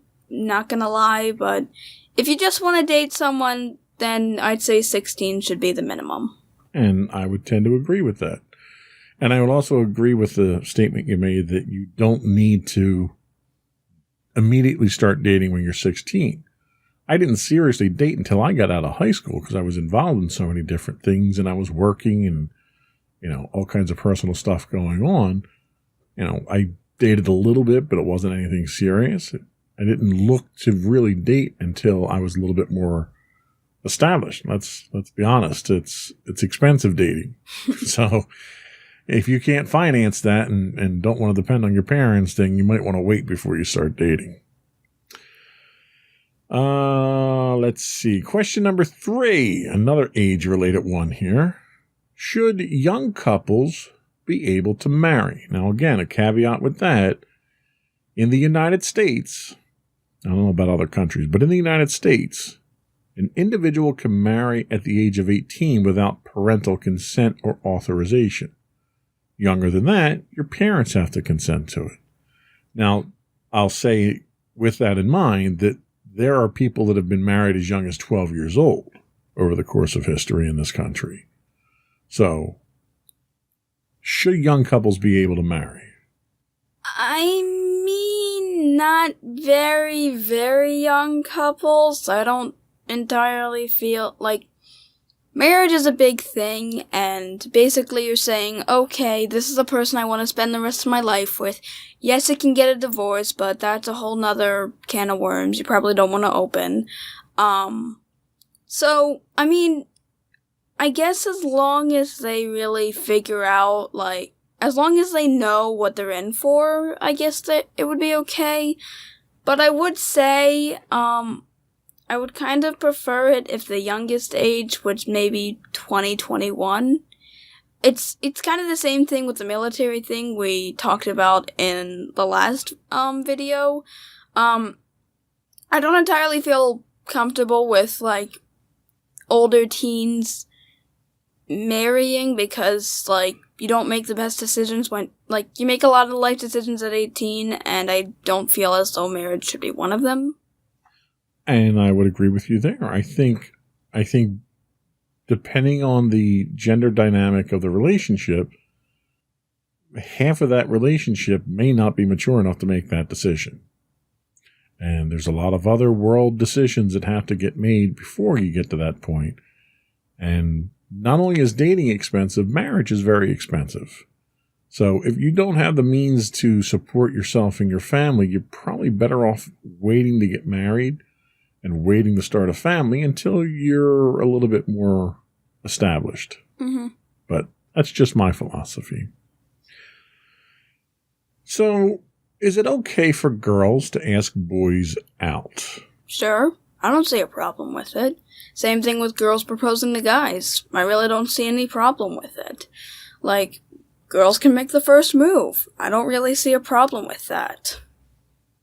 Okay, well, moving right along. I mean, yeah, I don't really... Not much discussion to happen there. Yeah, I don't really have much else to say. Like, I kind of thought that girls would, like, sometimes ask guys out on their own. So you're not a traditional, romantic person where you expect chivalry to be still alive and guys to hold doors open and pull chairs out for women and stuff? Oh, trust me, no. That is not equal rights. People might think it's nice at first, but then you realize, yeah, why can't the woman do that?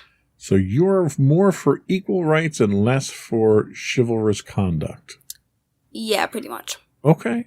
I think that's a fair way to go through life. I think it sets the expectations much more realistic at that point. So, online dating. So according to a study published by the Pew Research Center, roughly 60% of participants have had positive experiences with dating platforms. Now, before I ask the question, I will put the caveat out there that your mother and I met through an online dating service. And she's going to hit me if I get this wrong, 18 years, I want to say, into being together now. I'm waiting for her to bang the door down now to tell me I'm wrong. So I think it was successful for the most part. So the question is, do you think online dating sites are effective? I mean, considering, like, that my parents who are having a really successful relationship and that we have a successful relationship as a family, I'd say, yeah, they're pretty effective. Especially since you can meet people that on the internet that you'd probably never meet in real life. I definitely think that online dating can be very effective for plenty of people. Okay. And obviously I'll agree with that. Otherwise, Mom will divorce me. Is there sufficient relationship counseling for teens? Do you feel that if you have questions or confusions or just want to have something explained to you, do you feel that there are sufficient resources for you either, I don't want to say at home, but in school, for instance? Do you think there's counselors, guidance counselors or whatever, or any kind of resources that you can go and ask questions? I mean, I guess maybe with the guidance counselors, I don't know. I've never really asked them about, like, it never came up that about relationships specifically.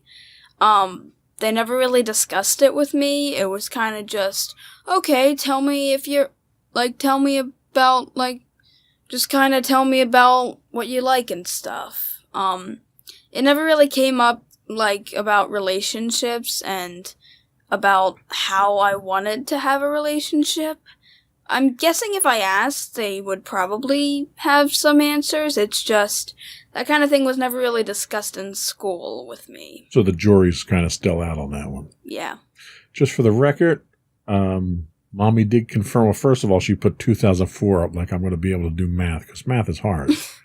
But she did confirm 17 years last month. So I was 1 year off. That's not bad. That's not bad. That's not to say it feels longer. I don't want to say that because that could come across wrong. But 17 years is a pretty successful relationship so far. Mm-hmm. Let's see. Question 7. Are social events at school a good place to take a date? Understanding this question relates to non-COVID related conditions. I'm not entirely sure. Once again, there was never really, like, a bunch of talk about relationships and stuff. Like, I can see a bunch of people taking their dates to the prom, but I don't know. Like, I don't know how the teachers would react, I guess. And since we never really brought up that kind of stuff, I'm not entirely sure if it would have been a good idea. Like, they could definitely be fun, but if I personally wanted to date, I'd probably just do something outside of school. Just the reason I put this in here is in my youth, that was a lot of what your socializing was. Dances at school, taking your date to the football game, hanging out with your friends. A lot of what dating was for me as a kid was hanging out with my friends. I might be dating one of them, but it was mostly hanging out with friends. So a lot of times it was going to concerts at school, going to the school play, stuff like that. They were all, I mean, I came from a small town too, so there wasn't a lot of socializing that could be had around town. Really, everything revolved around what we did at school. I don't think schools are quite that center of social society anymore, though, are they? Not really. I had a dance in, 6th grade, and there were 2 dances that you could go to, when I was in 7th grade. There are, like, a few, dances, but the thing is, I mean, we had games and stuff, but I was the type of person who really didn't go to that kind of stuff. Like, we did have social events, it's just, I don't know. You just didn't go to the social events. Yeah, that's just my... Okay, nothing wrong with that. I didn't go to a lot of them myself either, but... Yeah. I had to ask. Question number 8. Can you just be friends after breaking things off with a romantic interest? The dreaded "let's just be friends" line. I mean, I think it's possible, especially if you two were really good friends, before you started dating. And then you can kind of figure that, hey, maybe it might not work. We don't work in a romantic sense, but we work in a friendship sense. Why don't we just be friends? And sure, there can be instances where it's a bit awkward, but I definitely... Awkward. But I definitely think people can move past that, and I'm pretty sure people have, and they can be friends with their ex-partners. Okay, so here's another good question. Is it okay to date the ex-partner of your friend? Okay, there's a couple things that factor into this. One, is the ex-partner a good person? Well, we're not going to get deep in it. We're not doing psychoanalysis. Yeah. If your best friend breaks up with their friend, their significant other, is it okay for you to date their former significant other? I'd say as long as their friend's okay with it. So you need to ask permission first. I think you can have, a well-talked discussion about it, a civilized discussion. I definitely think it could be possible. A lot of people probably think that, it's just gonna end in disaster. Well, I think that it could also not end in disaster, so. Okay. So there's a chance that it might work. Yeah. Gotcha. You got to be tactful with it. Yeah. So the last question we have, I think we've kind of already answered this, but I'll give you a chance to expound on it. Is it okay not to date at all while in high school? Of course. Like, a lot of people can be too busy for a relationship. A lot of people, can probably, not care for being in a relationship. And there's a bunch of people who can probably just be okay with just having friends and not really feel as though they need a significant other. Okay. Sounds good. That's it for this segment. We'll be right back, and we'll finish off with our technology questions.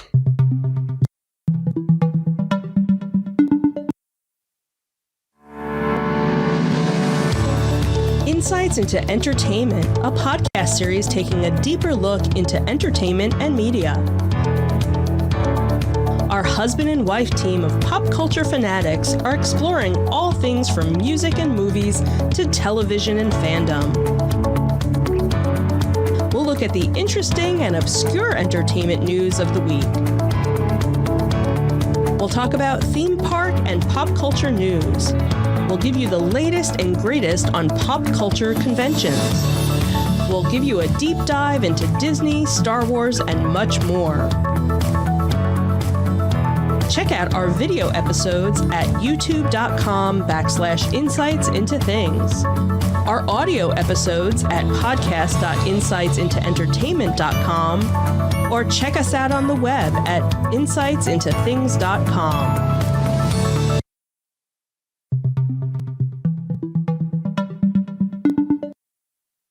Welcome back to Insights into Teens. We're getting teen perspectives today. We're talking about technology now.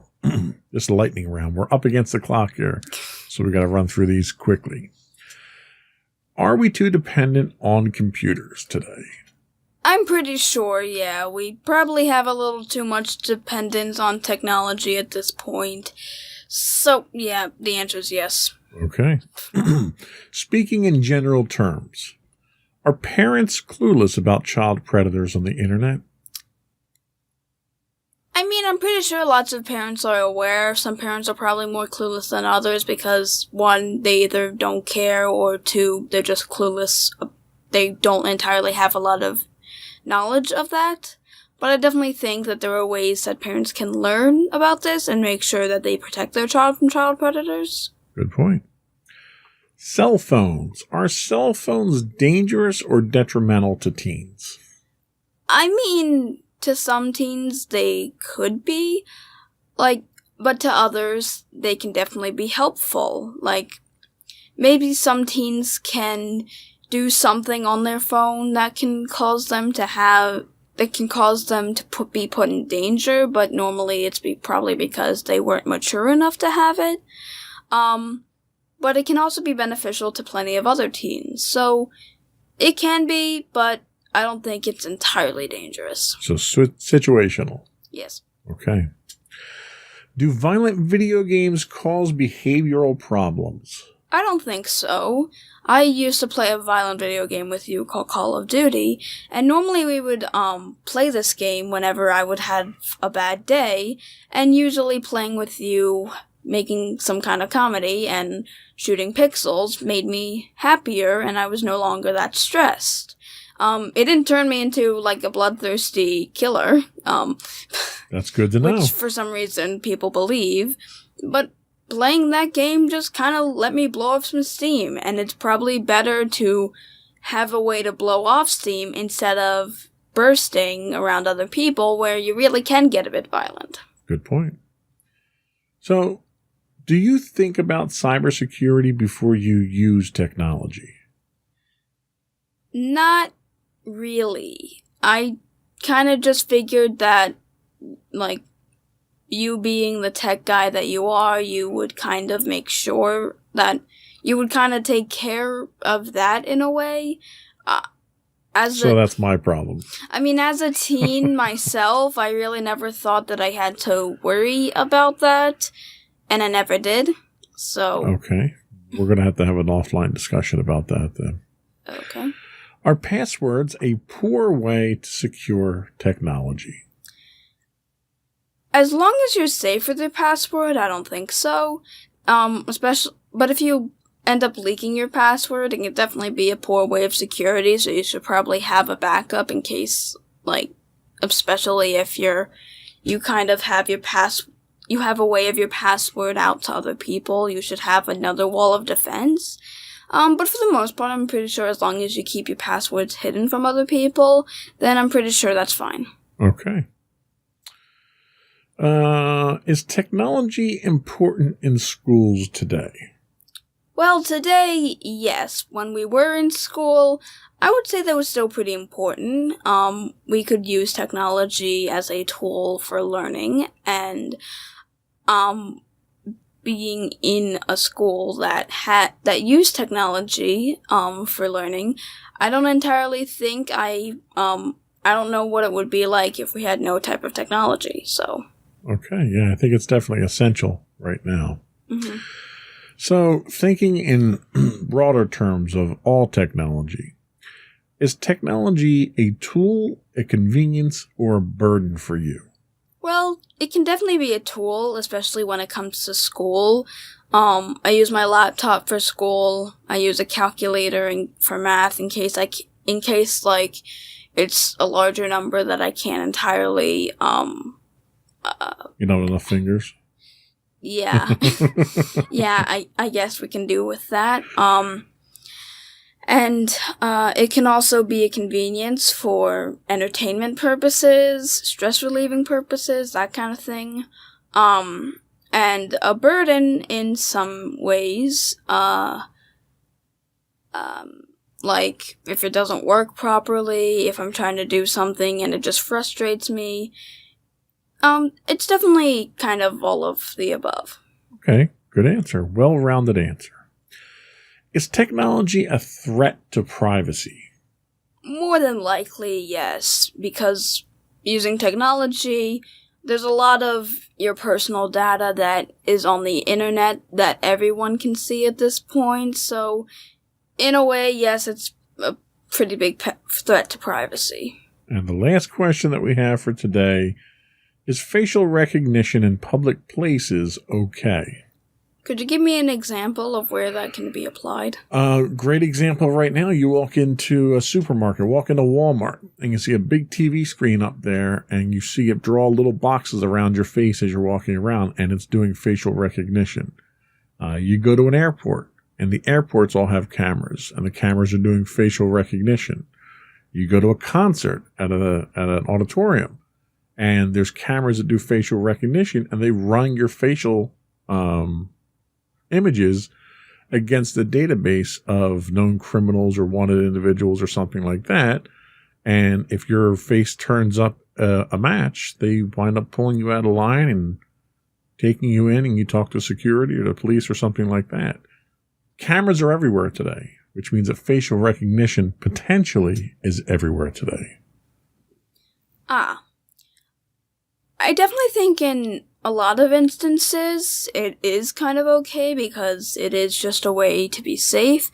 But on the other hand, yeah, it is kind of weird having yourself be recorded over and over again in public places. Okay. So that was all we had today. And I think that's the last we had in this series for right now. I'm sure we'll come up with more in the series at a later date. Before we go, I would want to once again suggest folks subscribe to the podcast. You can subscribe to video versions of all of our shows. If you look for Insights into Things, you can get audio versions of this podcast. If you look up Insights into Teens, we're available on Apple Podcasts, Spotify, Google, Stitcher, and anywhere you can get a podcast these days. We would also invite folks to give us your feedback. We're looking for show suggestions, topics that we can discuss, feedback on how we're doing. Are we doing a good job? You can email us at comments@insightsintothings.com. We're on Twitter at insights_things. You can get high-res versions of our videos on YouTube at youtube.com/insightsintothings. We stream 6 days a week, really 5 days a week at this point, since we started recording during the week. We stream 5 days a week on Twitch at twitch.tv/insightsintothings. If you are an Amazon Prime subscriber, you do get a free monthly Twitch Prime subscription. We'd appreciate it if you threw that our way. You can get audio versions of this podcast at podcast.insightsintoteens.com. We are on Facebook at facebook.com/insightsintothingspodcast. We are on Instagram at insightsintothings. Or you can get us on our main website at www.insightsintothings.com. And you. And don't forget to check out our other two podcasts, Insights into Entertainment, hosted by you and Mommy, and Insights into Tomorrow, our monthly podcast, hosted by you and my brother Sam. That's it. Another one in the books. Bye, everyone!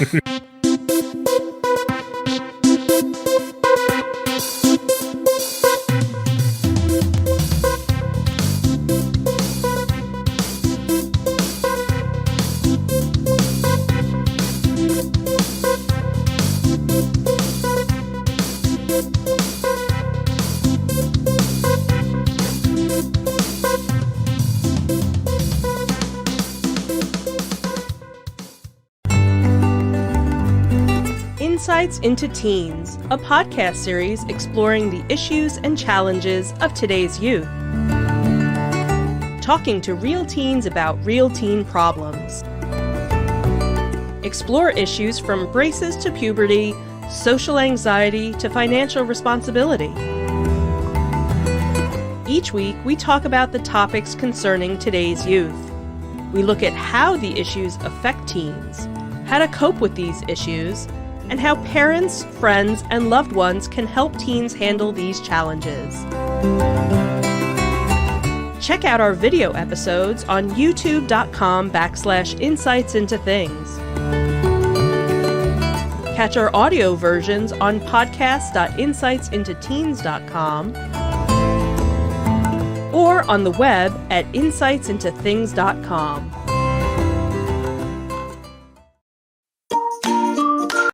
Insightful podcasts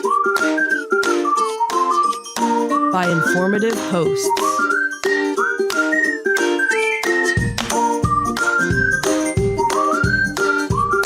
Insights into Things, a podcast network.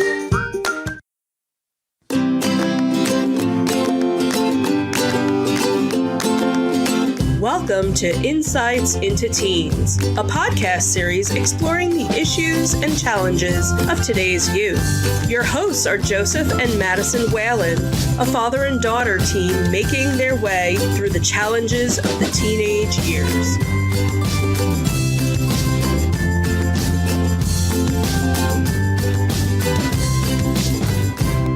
Welcome to Insights into Teens. This is episode 108.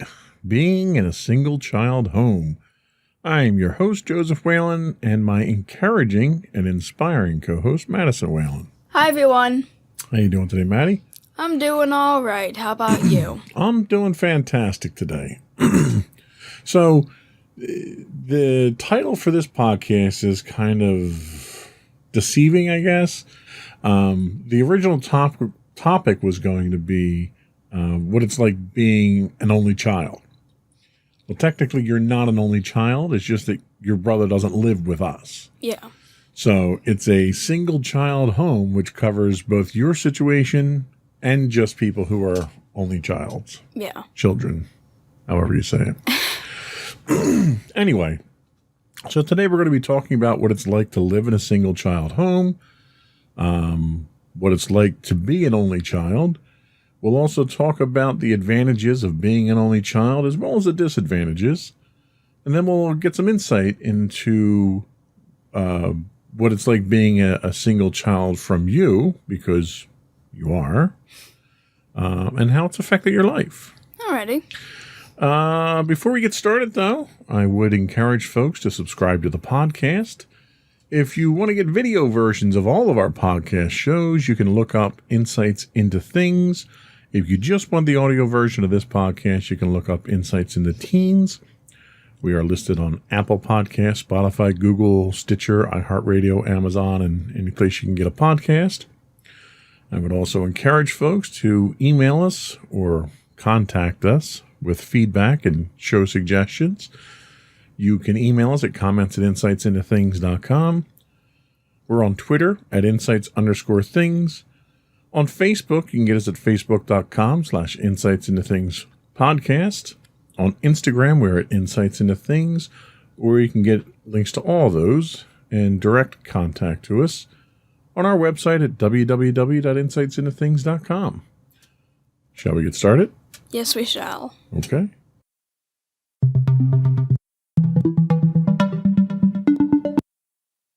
So you were kind enough to do some research for us.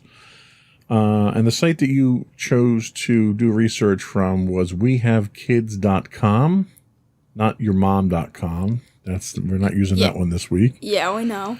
So the research that you did talked about, is it good to be an only child? Why don't you give us some of the background on the research that you did? So, there's a myth that some people believe, that someone who is an only child is likely to be more selfish than someone with siblings. Kids with no siblings used to be commonly called the lonely child. These kids are shown to be more antisocial and don't work well with others, but there are certain skills that single children have that those with siblings do not. So there are advantages and disadvantages, apparently, to being an only child. Why don't we talk about the advantages of being an only child, or in your case, a child from a single child household? So the first one that they talk about here is that only children, not only children, you got it written wrong there. Children from a single child household get all the love and attention of their parents without having to split it between siblings. So if you're the only one in the house, you get all the attention. Is that something that you can attest to in your experience? I mean, yeah, not that you guys don't love Sam any less. It's just that being with you guys all the time, you definitely devote a lot of your love and attention towards the child that lives at the home with you. So I would definitely say I get a bunch of love and attention whenever Sam's not around, and even when Sam's around, you both kind of distribute the love equally. Yeah, you're kind of front and center there, when Sam's not here. So the attention has to go somewhere. It either goes to the cats or it goes to you. So the next thing they talk about is whatever an only child's parents buy them, they don't have to share it with any of their other siblings. Now, I can attest to that because I grew up in a house with 3 older brothers. And by the time something got to me, clothes or toys or whatever, it was usually handed down through 3 other brothers by the time I got to it. It was very rare that I got new things just for me. So it kind of gave me an appreciation for those new things when I did get them and they were just for me. Does this sort of scenario play out with you where you don't have to share things? And if it does, how does it play into your appreciation of the things that you get? Well, you see, a lot of people think only children don't have to deal with hand-me-downs, but you'd be surprised to think that I've actually had a couple hand-me-downs. Some of them being technology-based, others being clothes, that kind of thing. But I do get stuff that you guys buy me new things, and I've appreciated the things that have been handed down. They worked perfectly fine, and they suited what I wanted. And I definitely appreciate whenever you guys do get me something new that, I really enjoy, and I definitely appreciate you guys for that. Yeah, and I would agree with you 100%. You're not unappreciative of anything that we give you, nor are you demanding or expecting or, I wouldn't say you're spoiled because the stuff that we give you is not typically are not things that you ask for. Yeah. There are things that mommy and daddy feel that you either should have or you deserve. And under those circumstances, I think it's perfectly fine. So they go on to say that only children grow up to be more independent and can fend for themselves better than those with siblings as long as their parents haven't spoiled them rotten. Obviously, you haven't gotten to the point where you're operating independently of us at this point in time. But what are your thoughts on that? Do you think being an only child, you get the freedoms to explore that independence more than if you had Sam living here full time? I mean, probably, because I'm one of those people who prefer to do independent work, and that can probably be because I don't really socialize much, but I definitely am able to do work on my own. I'm able to think on my own, and I've done a lot of independent stuff, and I think now, especially when I've been doing schooling from home, I think that actually really benefits me because I think I'm doing a lot better than someone who really wasn't so independent and actually needs that extra help. Well, that's a very good point. They talk about only kids don't have to live up to the expectations of their siblings and don't need to be compared to their successes. Now, again, coming from a family with 3 older brothers, I wasn't necessarily in that sort of situation with all my brothers, just my next highest brother up in age. He was 4 years older than me. So there was a lot of, don't do what your brother did, or do it this way, or your brother was successful in this and you should be successful at it as well. I didn't get that so much with my older 2 brothers, but the younger brother that was just above me, I did. Do you think something like that has had an effect on you, where you haven't had that model to live up to set those expectations to? Do you think that results in you having lower or lesser expectations placed on you? Actually, I'm pretty sure I have higher expectations now. You guys haven't really put any expectations for me to be like Sam, cause, well, I've never, heard you say, oh, you should be more like your brother. It was more or less my own self telling me to improve, and thus I've tried to excel in everything I do. And I think I don't know if it entirely affected the fact that I was kind of raised in an only child home, but in a single child home, but it could kind of have that effect, and at times it can be good, and other times it can probably be worrisome, so Yeah, and I think in this case, at least in your specific case, this isn't the situation, because you tend to put those expectations on yourself. So there's no comparison that needs to happen there. You're just very demanding of yourself, to the point that you're more demanding of yourself than mommy and daddy are. yeah. I don't think that would have changed all that much if you had a sibling that was living here full time. I think you'd still push yourself just as hard, not to match their achievements or accomplishments, but just for your own satisfaction. True. So they say only children's parents will be able to set more money and attention aside for their child's education.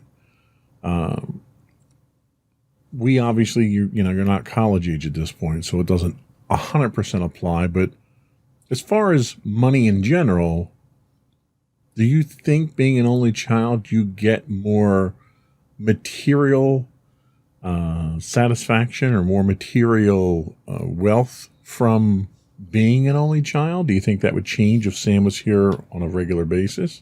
I mean, yeah, I'd probably think that would change a bit, because in a way, I'm spoiled in a good way. I'm not spoiled to the point where I expect everything or I demand things, and I definitely show appreciation for the things that I do get, but in terms of what I'm given, I definitely think I get more than what I would probably get if Sam was around more. So. Really? Okay. I'm not sure I entirely agree with that, but because I think your needs and his needs are very different. True. And the costs associated with those needs are very different. True. Plus the fact that we've always given you, well, and Sam, when Sam was with us, staying with us, we always gave both of you the opportunity to earn money. Yeah. And you both took advantage of that, and you had your own money to spend if you needed, if we went to a convention or something like that. Mm-hmm. So you aren't that much of a financial burden on us because you're generally financially independent when it comes to the novelty things that you want. You know what I mean? Yeah, true. That makes sense. I am pretty frugal with my money. Yes. Some would say cheap. I'm not cheap. No, you're cheap. Trust me. Oh, really? You say that I'm not cheap, and you say that I'm frugal, yet why are you calling me cheap now? You are quick to spend our money, but you do not like to spend your own money. You really learn the value of $1 by earning it yourself. That is a lesson that's well learned. So, yes. Okay, you're frugal. Is that better? Yes. Okay, you're frugal. I'd appreciate being called that. Sure. What else do we have here? So, only children can become more comfortable talking to adults when they aren't surrounded by kids a few years younger or older than them. Given your anti-conversational nature amongst other people, at least people that you don't know, I don't know if this is really the case, but do you think being an only child makes you more comfortable or more suited for having a conversation with an adult on a more peer-to-peer level? I mean, I definitely think I actually have a bit.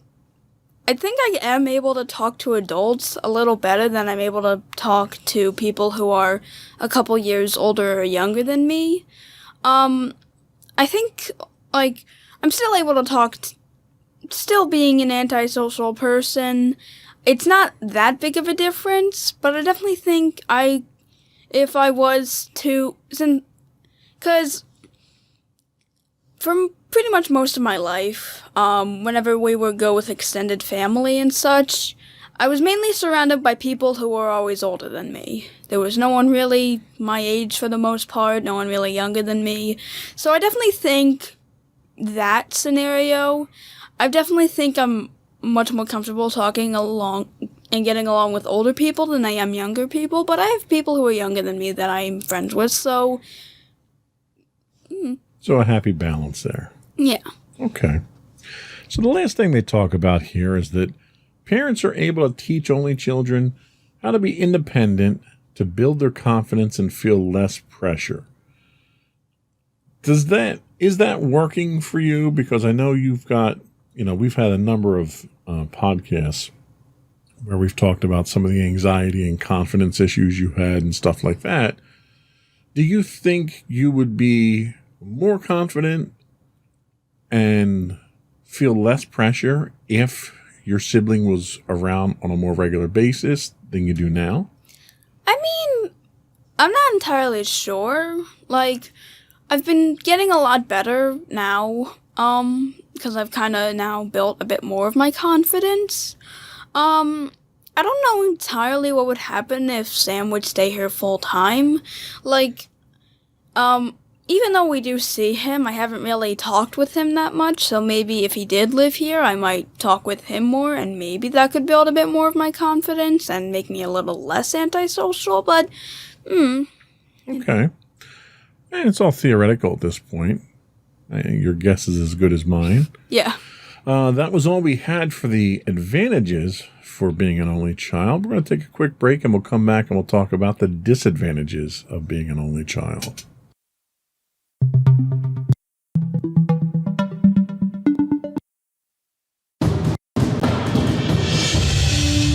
For over 7 years, the Second Sith Empire has been the premier community guild in the online game Star Wars: The Old Republic.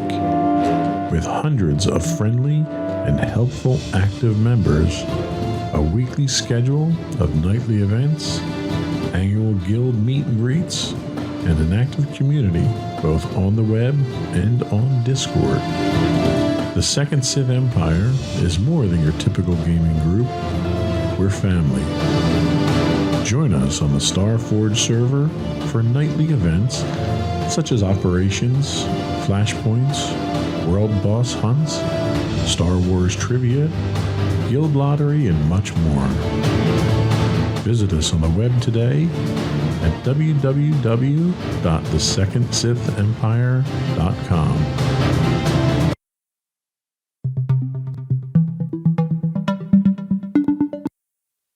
Welcome back to Insights into Teens. Today we're talking about being an only child or a single child household. And we're going to talk a little bit about some of the disadvantages of being an only child. So the research that you did tells us that only children could develop, quote, little emperor or empress syndrome if showered with all the love and attention from parents, making them act and feel like a little emperor or empress. Do you think that that's the case with you? Probably not. Like, I don't order you guys around. I help you guys out whenever you need a little bit of help. So I definitely don't think that acting like a little emperor or empress would probably do that. I appreciate everything that you guys do, and I don't demand you do things. And I don't expect things to be done. I help you guys out, and yeah, I don't really think that I've really had that experience. And I would agree. You do not have a Napoleon complex. They say only children can get used to their parents doing everything for them and expect it all the time. Now, do mommy and daddy do everything for you, or are you expected to sort of keep up your part of the household and family life? I mean, the fact that I've been given chores probably answers that question. I definitely am expected to vacuum, clean, and do laundry. And there were some, small things that you guys asked me to do, like mommy asked me to get some green beans from, downstairs. So, yeah, I definitely say that I don't expect you guys to do everything, in keeping the house clean, and I definitely try and help out any way I can. Yeah, it's a team effort. Only children can lack self-confidence. Do you think you lack self-confidence? In a way, yeah. I have had moments where, although I do do good in certain things that I lack self-confidence in, I do have some problems with trying to be confident in myself, and I've gotten better. It's just still not really very high. Now, do you think that lack of self-confidence is the product or a byproduct of being in an only child household? I mean, I don't entirely think so. Like you mentioned before when I told you how I kind of push myself in certain ways. A lot of my self-confidence, a lot of my lack of self-confidence probably comes from that, and the fact that you mentioned that I would probably still be pushing myself even if Sam was around. I'd probably still kind of lack a bit of self-confidence, but if Sam was around, I think it could be another, he could try and at least help me in any way he could. Sure, yeah, I'm sure he would. So they also say that only children lack the help of older siblings and can put too much pressure on the parents, which could lead to conflicts. Do you think that too much is asked of you, that if you had another sibling here where the work was divided among you, that it would be easier on you? I don't think that the work I have right now is fine. The chores are not overbearing, and I've gotten used to doing them at this point. Yeah, any other type of work that you guys give me, like tasks, I'm able to do normally. And in fact, I'm able to do them better, probably because I'm fine with doing them independently. So I wouldn't say that happens too much. I think that's a good point. It's a fair observation. This next one's kind of subjective and more probably for Mommy or I to answer, but they say that parents of only children can become too attached to their child's success and try to live through them rather than give them space. Now, a lot of times you see this, especially with athletics, where you get those parents who live vicariously through their kids on the football field or the hockey rink or whatever. And, the parents take it far more seriously than they should and far more seriously than the kids do. But this could also be attached to academic achievement, professional achievement, and so forth. Do you think that mommy and daddy are that attached, that we live through your successes, or do you feel like you get the space you need to grow and breathe? I definitely get the space I need to grow and breathe, and you guys and you guys really don't live vicariously through me, and I don't have that pressure in the back of my mind from it. A lot of that pressure is, once again, just me pushing myself forward. And I don't really think that you guys affect that. Okay, well, that's good. So I can check that off the to-do list. They say that these children can experience loneliness. Not having someone around their age, like a sibling, to play with on a daily basis or to share their thoughts and feelings with can be difficult. And I want to sort of add to that especially under the circumstances we're living in now, where you don't have direct interaction with your friends, can certainly lead to loneliness if you don't have someone, in the house to lean on. Do you think you suffer at all from this symptom? Well, I don't think too much now, but I do remember that when I was younger, before I started experiencing some of the main benefits, like independence, I would definitely want to ask you guys if you wanted to play, and normally you guys would be doing something and say that you'd be busy, and after some point I kind of just stopped asking because... That's so sad. Yeah, it's kind of... I feel terrible now. Jeez. It's kind of sad when you think about it, but, You should have talked about these questions before the show. I kind of grew from it, and, I'm at least a little more independent, but I'm not distant from you guys, so that's good. All right, so let's move on from that painful question to the next one that's going to make us look like terrible parents. When the parents of only children get older, the children have to take the responsibility of taking care of their parents alone, and it can be overwhelming. Is that something that you fear, when mommy and daddy get older, having to take care of us? I mean, I don't mind having to take care of you guys, but of course, I'm probably gonna regret saying this when I'm older and I realize, oh, so I have to do all this. Great, but I'm pretty sure that more than likely Sam will be there, to help you guys in at least some capacity, so I won't be entirely alone, since I'm not really an only child, and this is kind of something that happens outside of being in a single child home, but there is a chance where I might have to take care of you guys alone, and, I'll just take it as it comes, I guess. Well, there you go. That's a good attitude. And when I get to that point, I'm just going to open the door and I'll just wander off into the woods.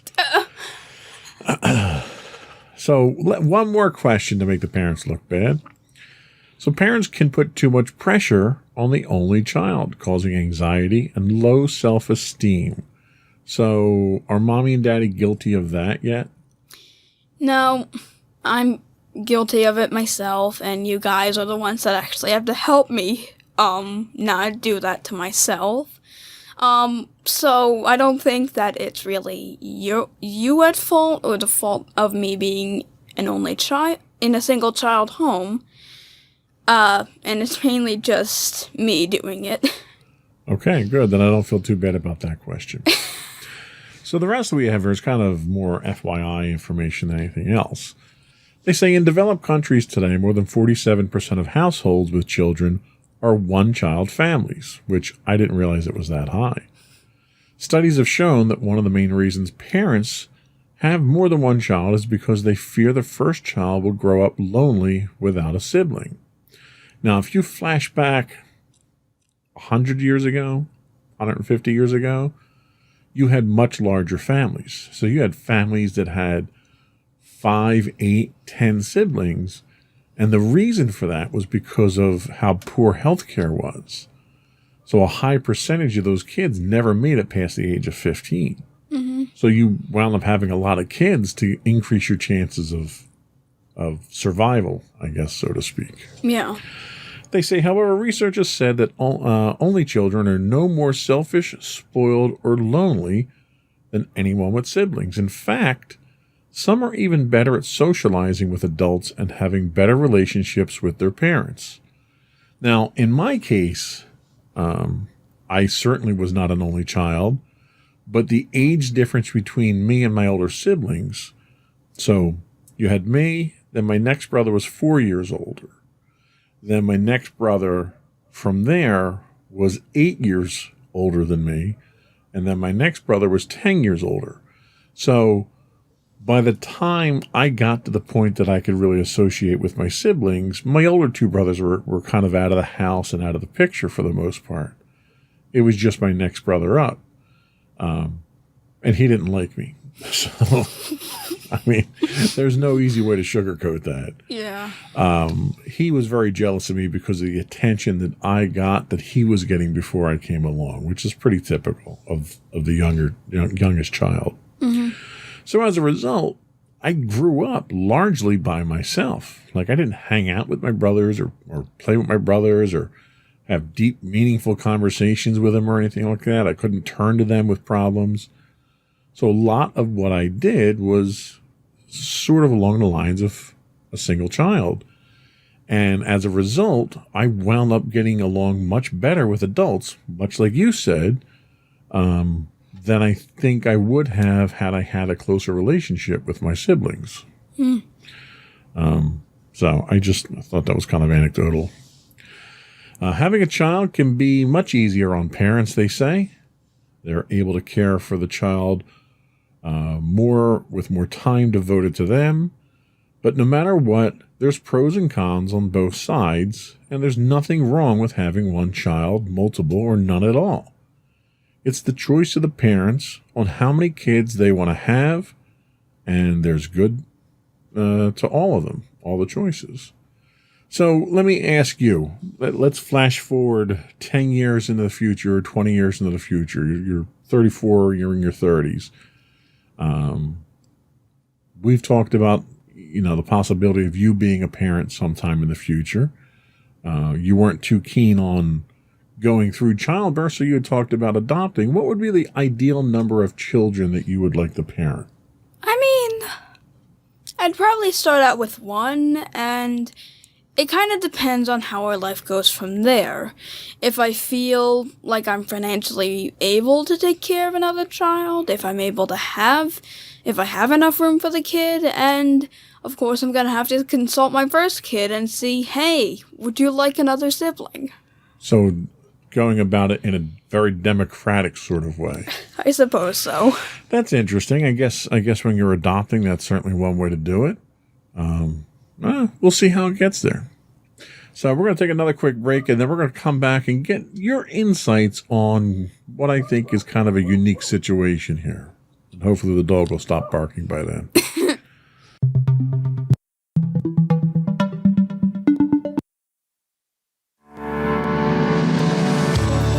Insights into Entertainment, a podcast series taking a deeper look into entertainment and media.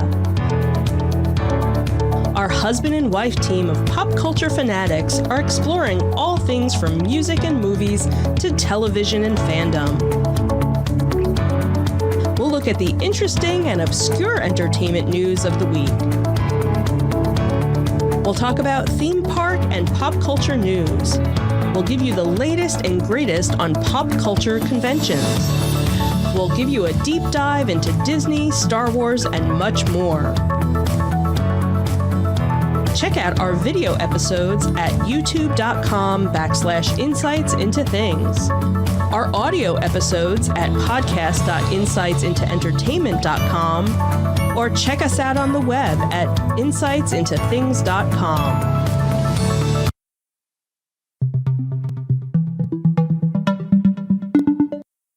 Welcome back to Insights into Teens. We are talking about what it's like to be in a single-child household. So we've got about 15 questions here, kind of probing your situation because your situation's kind of unique. You're not an only child, but your brother doesn't live with us. So there's another sibling in the works, but not here on a daily basis. Just to set the ground rules here. So the first question I have for you is, what is it like growing up without seeing your brother all that much? It was kind of interesting. At first I definitely did see him a few times, and it was always fun having him around. But whenever he wasn't really around, I mean, Use your words. I definitely liked hanging out with you guys. We would do family games, and we would go on vacations together. And we did a lot of family bonding activities. And kind of like I mentioned before, there were moments where you guys were a bit too busy to play with me, and I kind of got used to playing on my own. But when I did go to school, I actually made a decent amount of friends. And I wasn't antisocial at the time. I definitely think when I got older, I kind of started being a little more antisocial, but I still was able to communicate with people, and I still made new friends.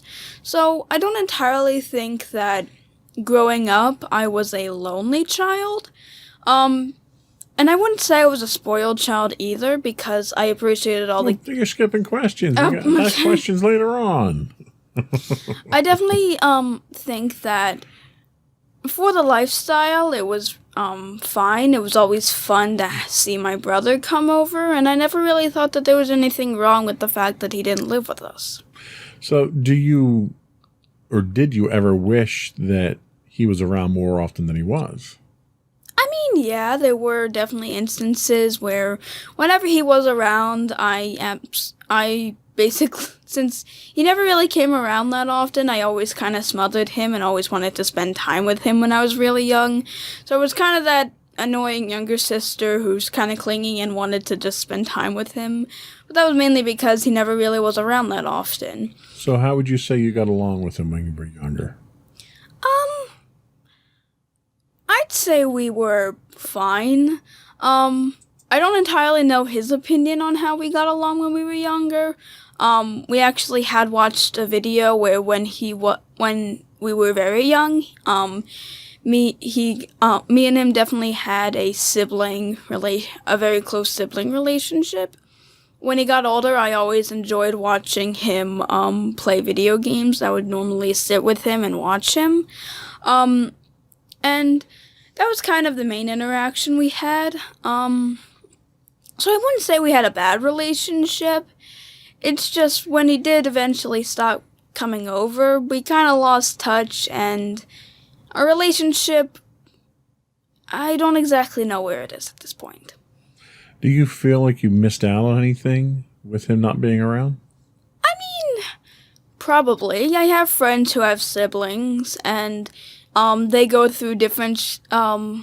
I've been over to my one friend's house who has a younger brother, and they've been through different instances where I'm like, oh, yeah, I've never really experienced that before, and sometimes I do wonder, what exactly would I have experienced if he was around? Like, would I have experienced the whole learning how to share thing?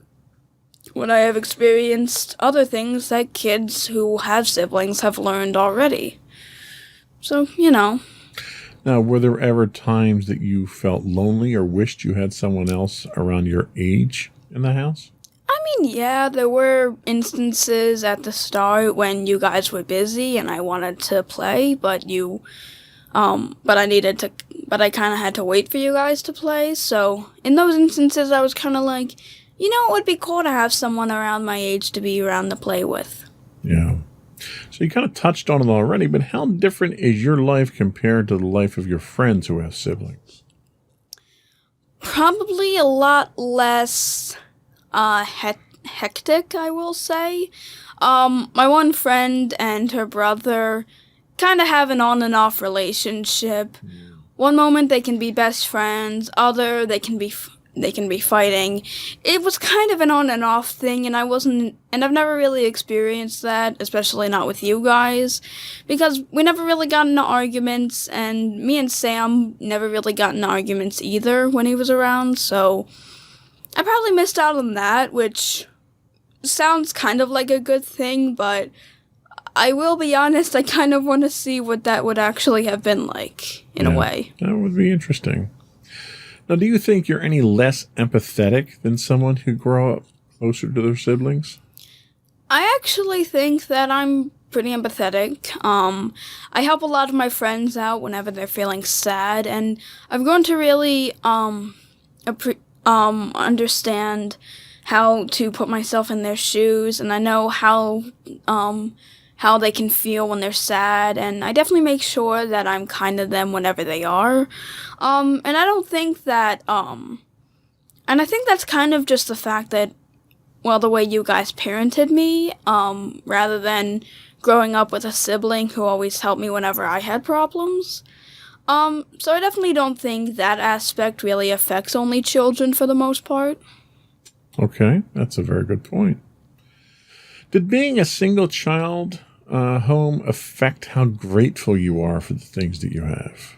Probably not. I'm very grateful for anything that you guys get me. And I don't think that it made me spoiled. And we kind of say it's spoiled in a good way. Like, I'm not a brat. I wasn't spoiled rotten to the point where I became a nasty person and always wanted everything. I definitely appreciate what you guys get me, and I've learned the value of $1, like you mentioned, so I don't really think it affected how grateful I was. Okay, I would agree with that. Do you think living in a single-child home has connected you better with your parents? Definitely. It could also be the fact that we've been stuck with each other, but in the nicest possible way, though. In the nicest possible way. But I definitely, like, you guys always said that one day you're going, to not want to hang out with us, and so far that day has not come. Well, we said that about you, not about us, I know. Just to clarify. Yes. Someday we're not going to want to be around you anymore. Enjoy it while you can. You said that one day that, I was gonna not want to be around you guys anymore, and you said that it was probably gonna be around the time I started becoming a teenager, and it's year 2 of being a teenager, and I still haven't experienced that, and I'm very close with you guys. That's because we're chaining you to a desk in here making you do these podcasts. That's what that chain was on my leg. So do you think not having a sibling around has affected your social life? Possibly. I think it could have had an effect on that because, kind of when Sam stopped coming around, and even when he was around and he wasn't around that often, I definitely learned that I kind of did things on my own. I'm still a decently social person, but I definitely think if I had a better connection with him, I'd probably be a bit more social. So I'm guessing it could have probably affected that. Okay. How would you describe your relationship with your brother now?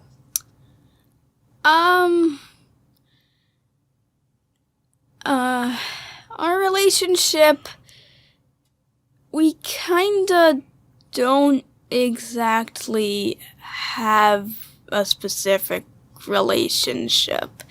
Like, the fact that he's been gone for a few years now, and the fact that we both changed pretty much, and we have a pretty significant age gap, in years, I think that's kind of affected our whole social life, because, I'm now into things, newer things than I was before, and I think you had mentioned before, on one of the other podcasts on how he doesn't entirely know how to react to me now, because I'm a completely different person from how I was years and years ago, so. Right.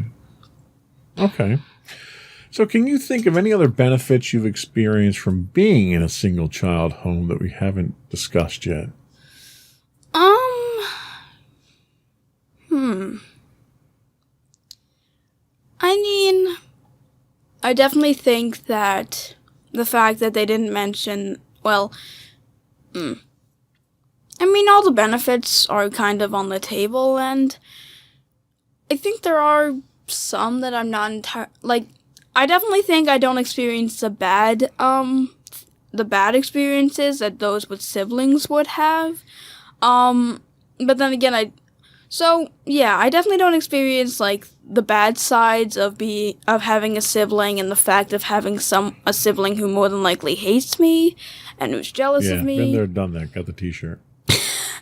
So, yeah, I definitely don't experience the negative sides of having multiple siblings, so. All right, so along those same lines, can you think of any of the downfalls you've experienced personally that we haven't talked about yet? I probably didn't experience any of the good things that came out of having siblings. To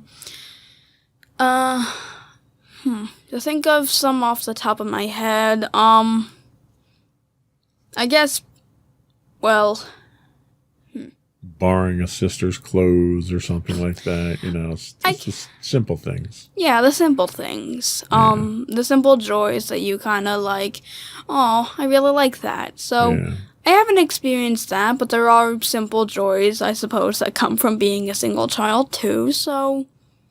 So the last question we have is, what's better? Single child or siblings? I mean, I don't think there's really a better version of it, kind of like what the article kind of already stated. There's pros and cons to both. I definitely think that people who have siblings can definitely be happy even with all the downfalls, and I definitely think only children can also be happy even with all the downfalls, because there's good advantages to all of them, and I really don't think one's better than the other. Okay. Well, I think that was all we had for our research that we wanted to discuss today. We're going to take a quick break, come back, and we'll... leave the audience with your closing remarks.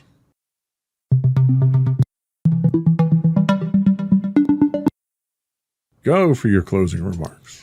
Okay, so to everyone out there, I just want to say that it's okay to be an only child, and it's okay to have multiple siblings.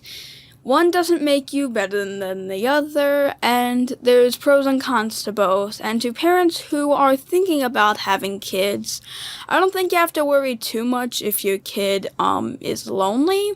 I would say that you can definitely have a happy life with you only having one kid. But if you do feel as though you want to have another kid or more, that's fine. It's really just up to you. Okay, well, all right. Unless you're in China, then it's against the law. You need a license to have more than one kid in China. Yeah. Yeah. Anyway. We're not going to mention. Well, people listen to us all over the world, so you never know. Yeah, that's just don't want to encourage any illegal activity, that's all. Yeah. So that was all we had for the show today. Again, I would encourage folks to subscribe to the podcast. You can get videos of all of our shows if you look up Insights into Things, or just this version of the show. You can get audio versions if you look up and subscribe to Insights into Teens. We're available on Apple Podcasts, Spotify, Google, Stitcher, iHeartRadio, TuneIn, etc., etc. There really isn't a podcast service called etc. I also would encourage folks to reach out, contact us, give us some show suggestions, some topics, tell us how we're doing, what you don't want us to talk about. You can email us at comments@insightsintothings.com. You can hit us on Twitter at insights_things. You can get high-res versions of our videos on YouTube at youtube.com/insightsintothings. We stream 5 days a week on Twitch at www.twitch.tv/insightsintothings. If you are an Amazon Prime subscriber, you do get a free monthly Twitch Prime subscription. If you threw that our way, we'd really appreciate it. Audio versions of this podcast can be found at podcast.insightsintoteens.com. You can give us feedback on Facebook at facebook.com/insightsintothingspodcast or on Instagram at instagram.com/insightsintothings, where you can get links to all those and much more on our website at www.insightsintothings.com. And you. And don't forget to check out our other two podcasts, Insights into Entertainment, hosted by you and Mommy, and Insights into Tomorrow, our monthly podcast, hosted by you and my brother Sam. Outstanding. Another one in the books. Bye, everyone. Bye.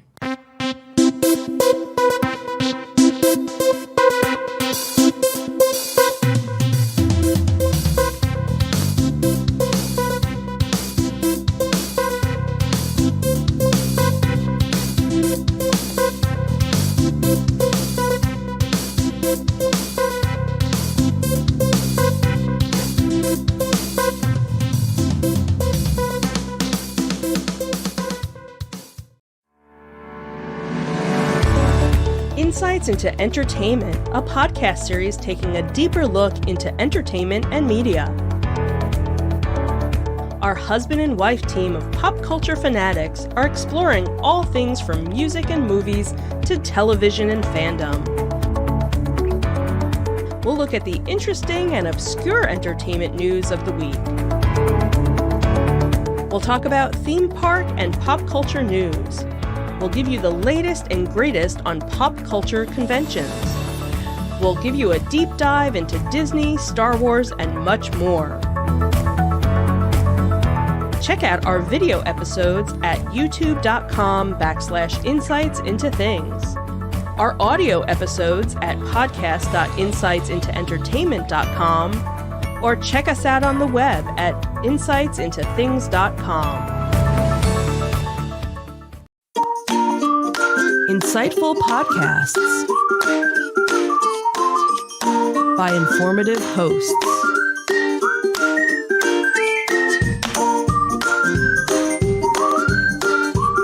Insights into Things, a podcast network.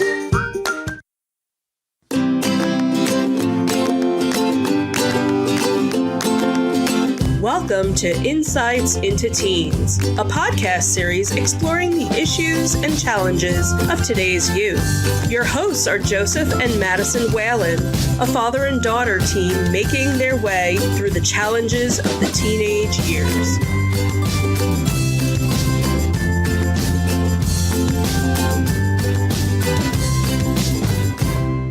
Welcome to Insights into Teens.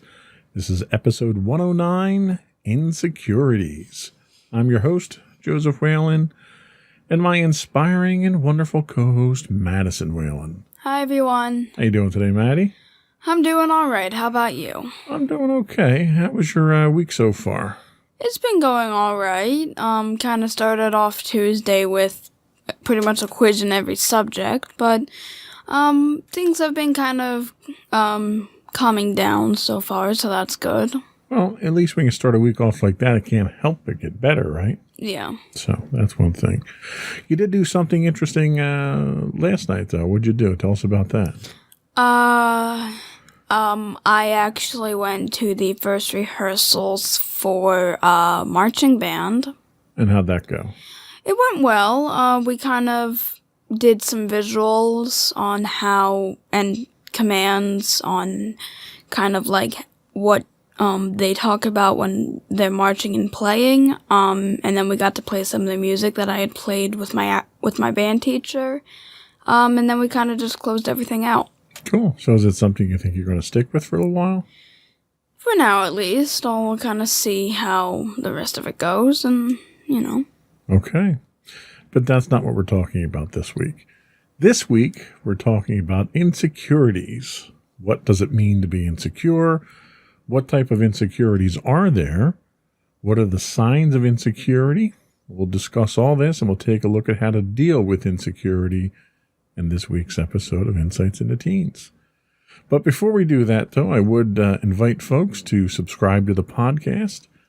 If you want the video versions of all of our show's podcasts, you can subscribe to Insights into Things.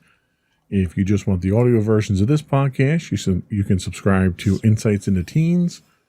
We're available on Apple Podcasts, Spotify, Google, Stitcher, and any place else you can get a podcast these days. We would also invite folks to give us some feedback. Write in, give us some show suggestions, tell us how we're doing. You can email us at comments@insightsintothings.com. You can hit us on Twitter at insights_things. You can give us feedback on Facebook at facebook.com/insightsintothingspodcast, or on Instagram at instagram.com/insightsintothings, or right through our website at www.insightsintothings.com. Are we ready to get started? Why not? All right.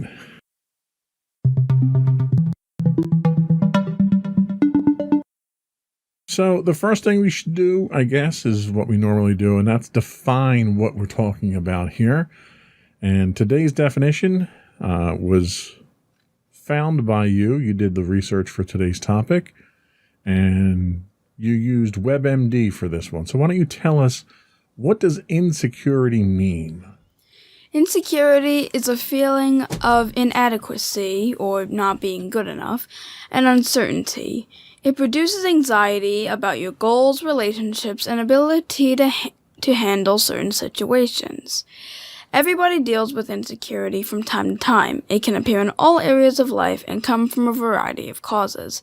It might stem from a traumatic event, patterns in previous experiences, social conducting, or learning roles by observing others, or local environments. So with that in mind, and before we get into any more of the specifics, do you think you have any insecurities? I definitely think I have a few insecurities. Would you like me to specify, or? Well, only if you're comfortable talking about it.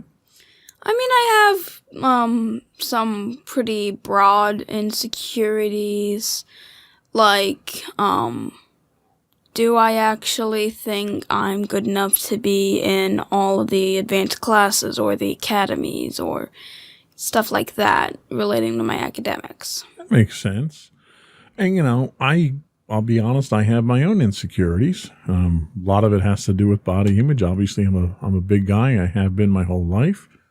So there's social insecurities with that. Probably my biggest insecurity is actually being in a crowd and having a conversation in a crowded room. And the reason for that is I have issues with hearing. So when I'm in a crowded room and there's a lot of voices going on, it's very difficult for me to distinguish one voice from another. So if you and I happen to be at a restaurant and the restaurant happened to be loud and you were talking to me, I'd have a very difficult time understanding what you were saying because it sort of blends into the background noise with my hearing issues. Mm-hmm. So it makes me very insecure to be in a social environment like that. So everyone has insecurities of some form or another. I think the biggest thing is identifying them and addressing them more than anything else. But there are specific types of insecurities. Why don't you tell us about what the specific types of insecurity are? So the first type of insecurity that we have is called relationship insecurity. One of the most common kinds of insecurity concerns relationships or attachments. Attachment theory originated out of the desire to connect the attachment patterns of early childhood to later relationship patterns and reliability available and supportive. The child often feels insecure, forms of negative self-image and relationship models, and experiences greater emotional distress later in life. Relationship or attachment issues don't need to begin in early childhood. They can arise wherever previous experience or personal identity undermines someone's security in their closest relationships. So now, do you think you suffer from, based on that definition, relationship insecurity? I mean, I'm pretty sure people have always I'm pretty sure plenty of people have had that instance where, you message with your one friend, you text your friend something, and they don't respond in a few hours, and you're kind of wondering, well, do they not like me anymore? Is something going on? Yeah. I sometimes have that insecurity about some of my friends. I also don't know if this pertains to, like, actual romantic relationships. I'm guessing it does. Sure, why wouldn't it? I definitely had my fair share of being insecure about, well, people my age are already kind of figuring out who they like and are even dating people, and I'm here still not sure who or what I'm interested in, and I really don't know what to make of it. I've gotten a bit better in accepting the fact that it's fine to not know yet, but there's still always something like that in the back of my mind that, well, this person my age already has this figured out. So, yeah, I'd say I have a bit of it. You know, I'll give you a little bit of insider information. Nobody at the age of 14 has anything figured out. It takes you, I'm much older than that, and I still don't have everything figured out. So don't ever think that that's a factor there. But at age 14, I don't think you have anything to worry about. I had relationship insecurity. Most of the relationships I've ever been in, I've had relationship insecurity, but it didn't stem from my partner so much as it stemmed from my own sense of self-worth. And a lot of that stems back to the body image issues I've had and the insecurities I've had about that. Like, why would this person want to be with me, when I look the way that I do type thing? And, sometimes that's been an issue in relationships that I've had in the past. I'm very fortunate now that mommy sees beyond the surface, the skin deep type thing. And mommy sees, the person that's inside. And no, I didn't need someone. But they tell you, there's that phrase that people say all the time that you can't judge a book by its cover. And that's true. I mean, the person that you are, you could be an incredibly attractive, beautiful person on the outside, but you could be rotten to the core on the inside, the way that you treat other people, and you could be selfish. Or you could look like an ogre like me and be a pretty decent person on the inside.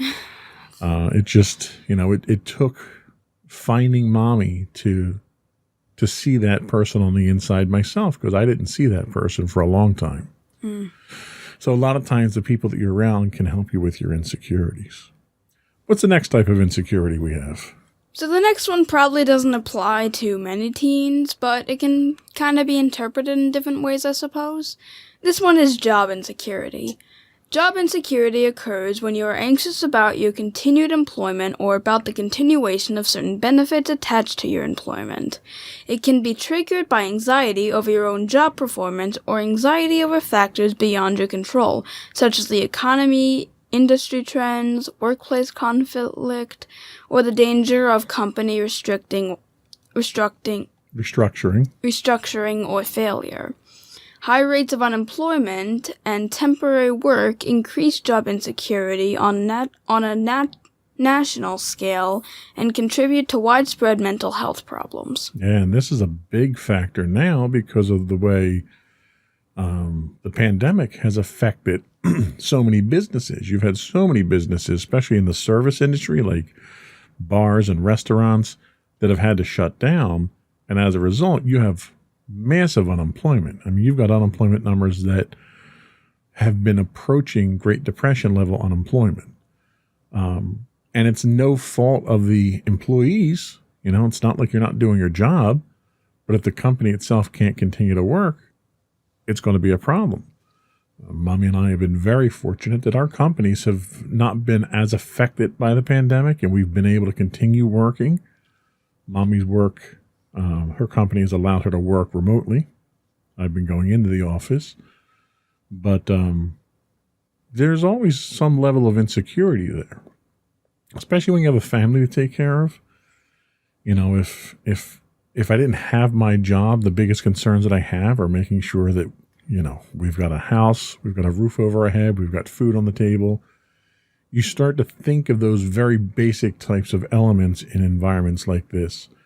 where the luxuries and the nice to haves become less important, and you start to appreciate the fact that I can pay the mortgage at the end of the month, or I can go grocery shopping and I can make sure we have food. So it's a significant driver of anxiety when you have job insecurity, especially in times like now. Yeah, and I can actually kind of see an indirect relation to it with teens. Like there was a point on Monday when you went in where Mommy had mentioned that you might be losing your job. You say you're coming around to the point where you might have to look for another job because you might end up quitting, or they might end up worrying about these larger issues.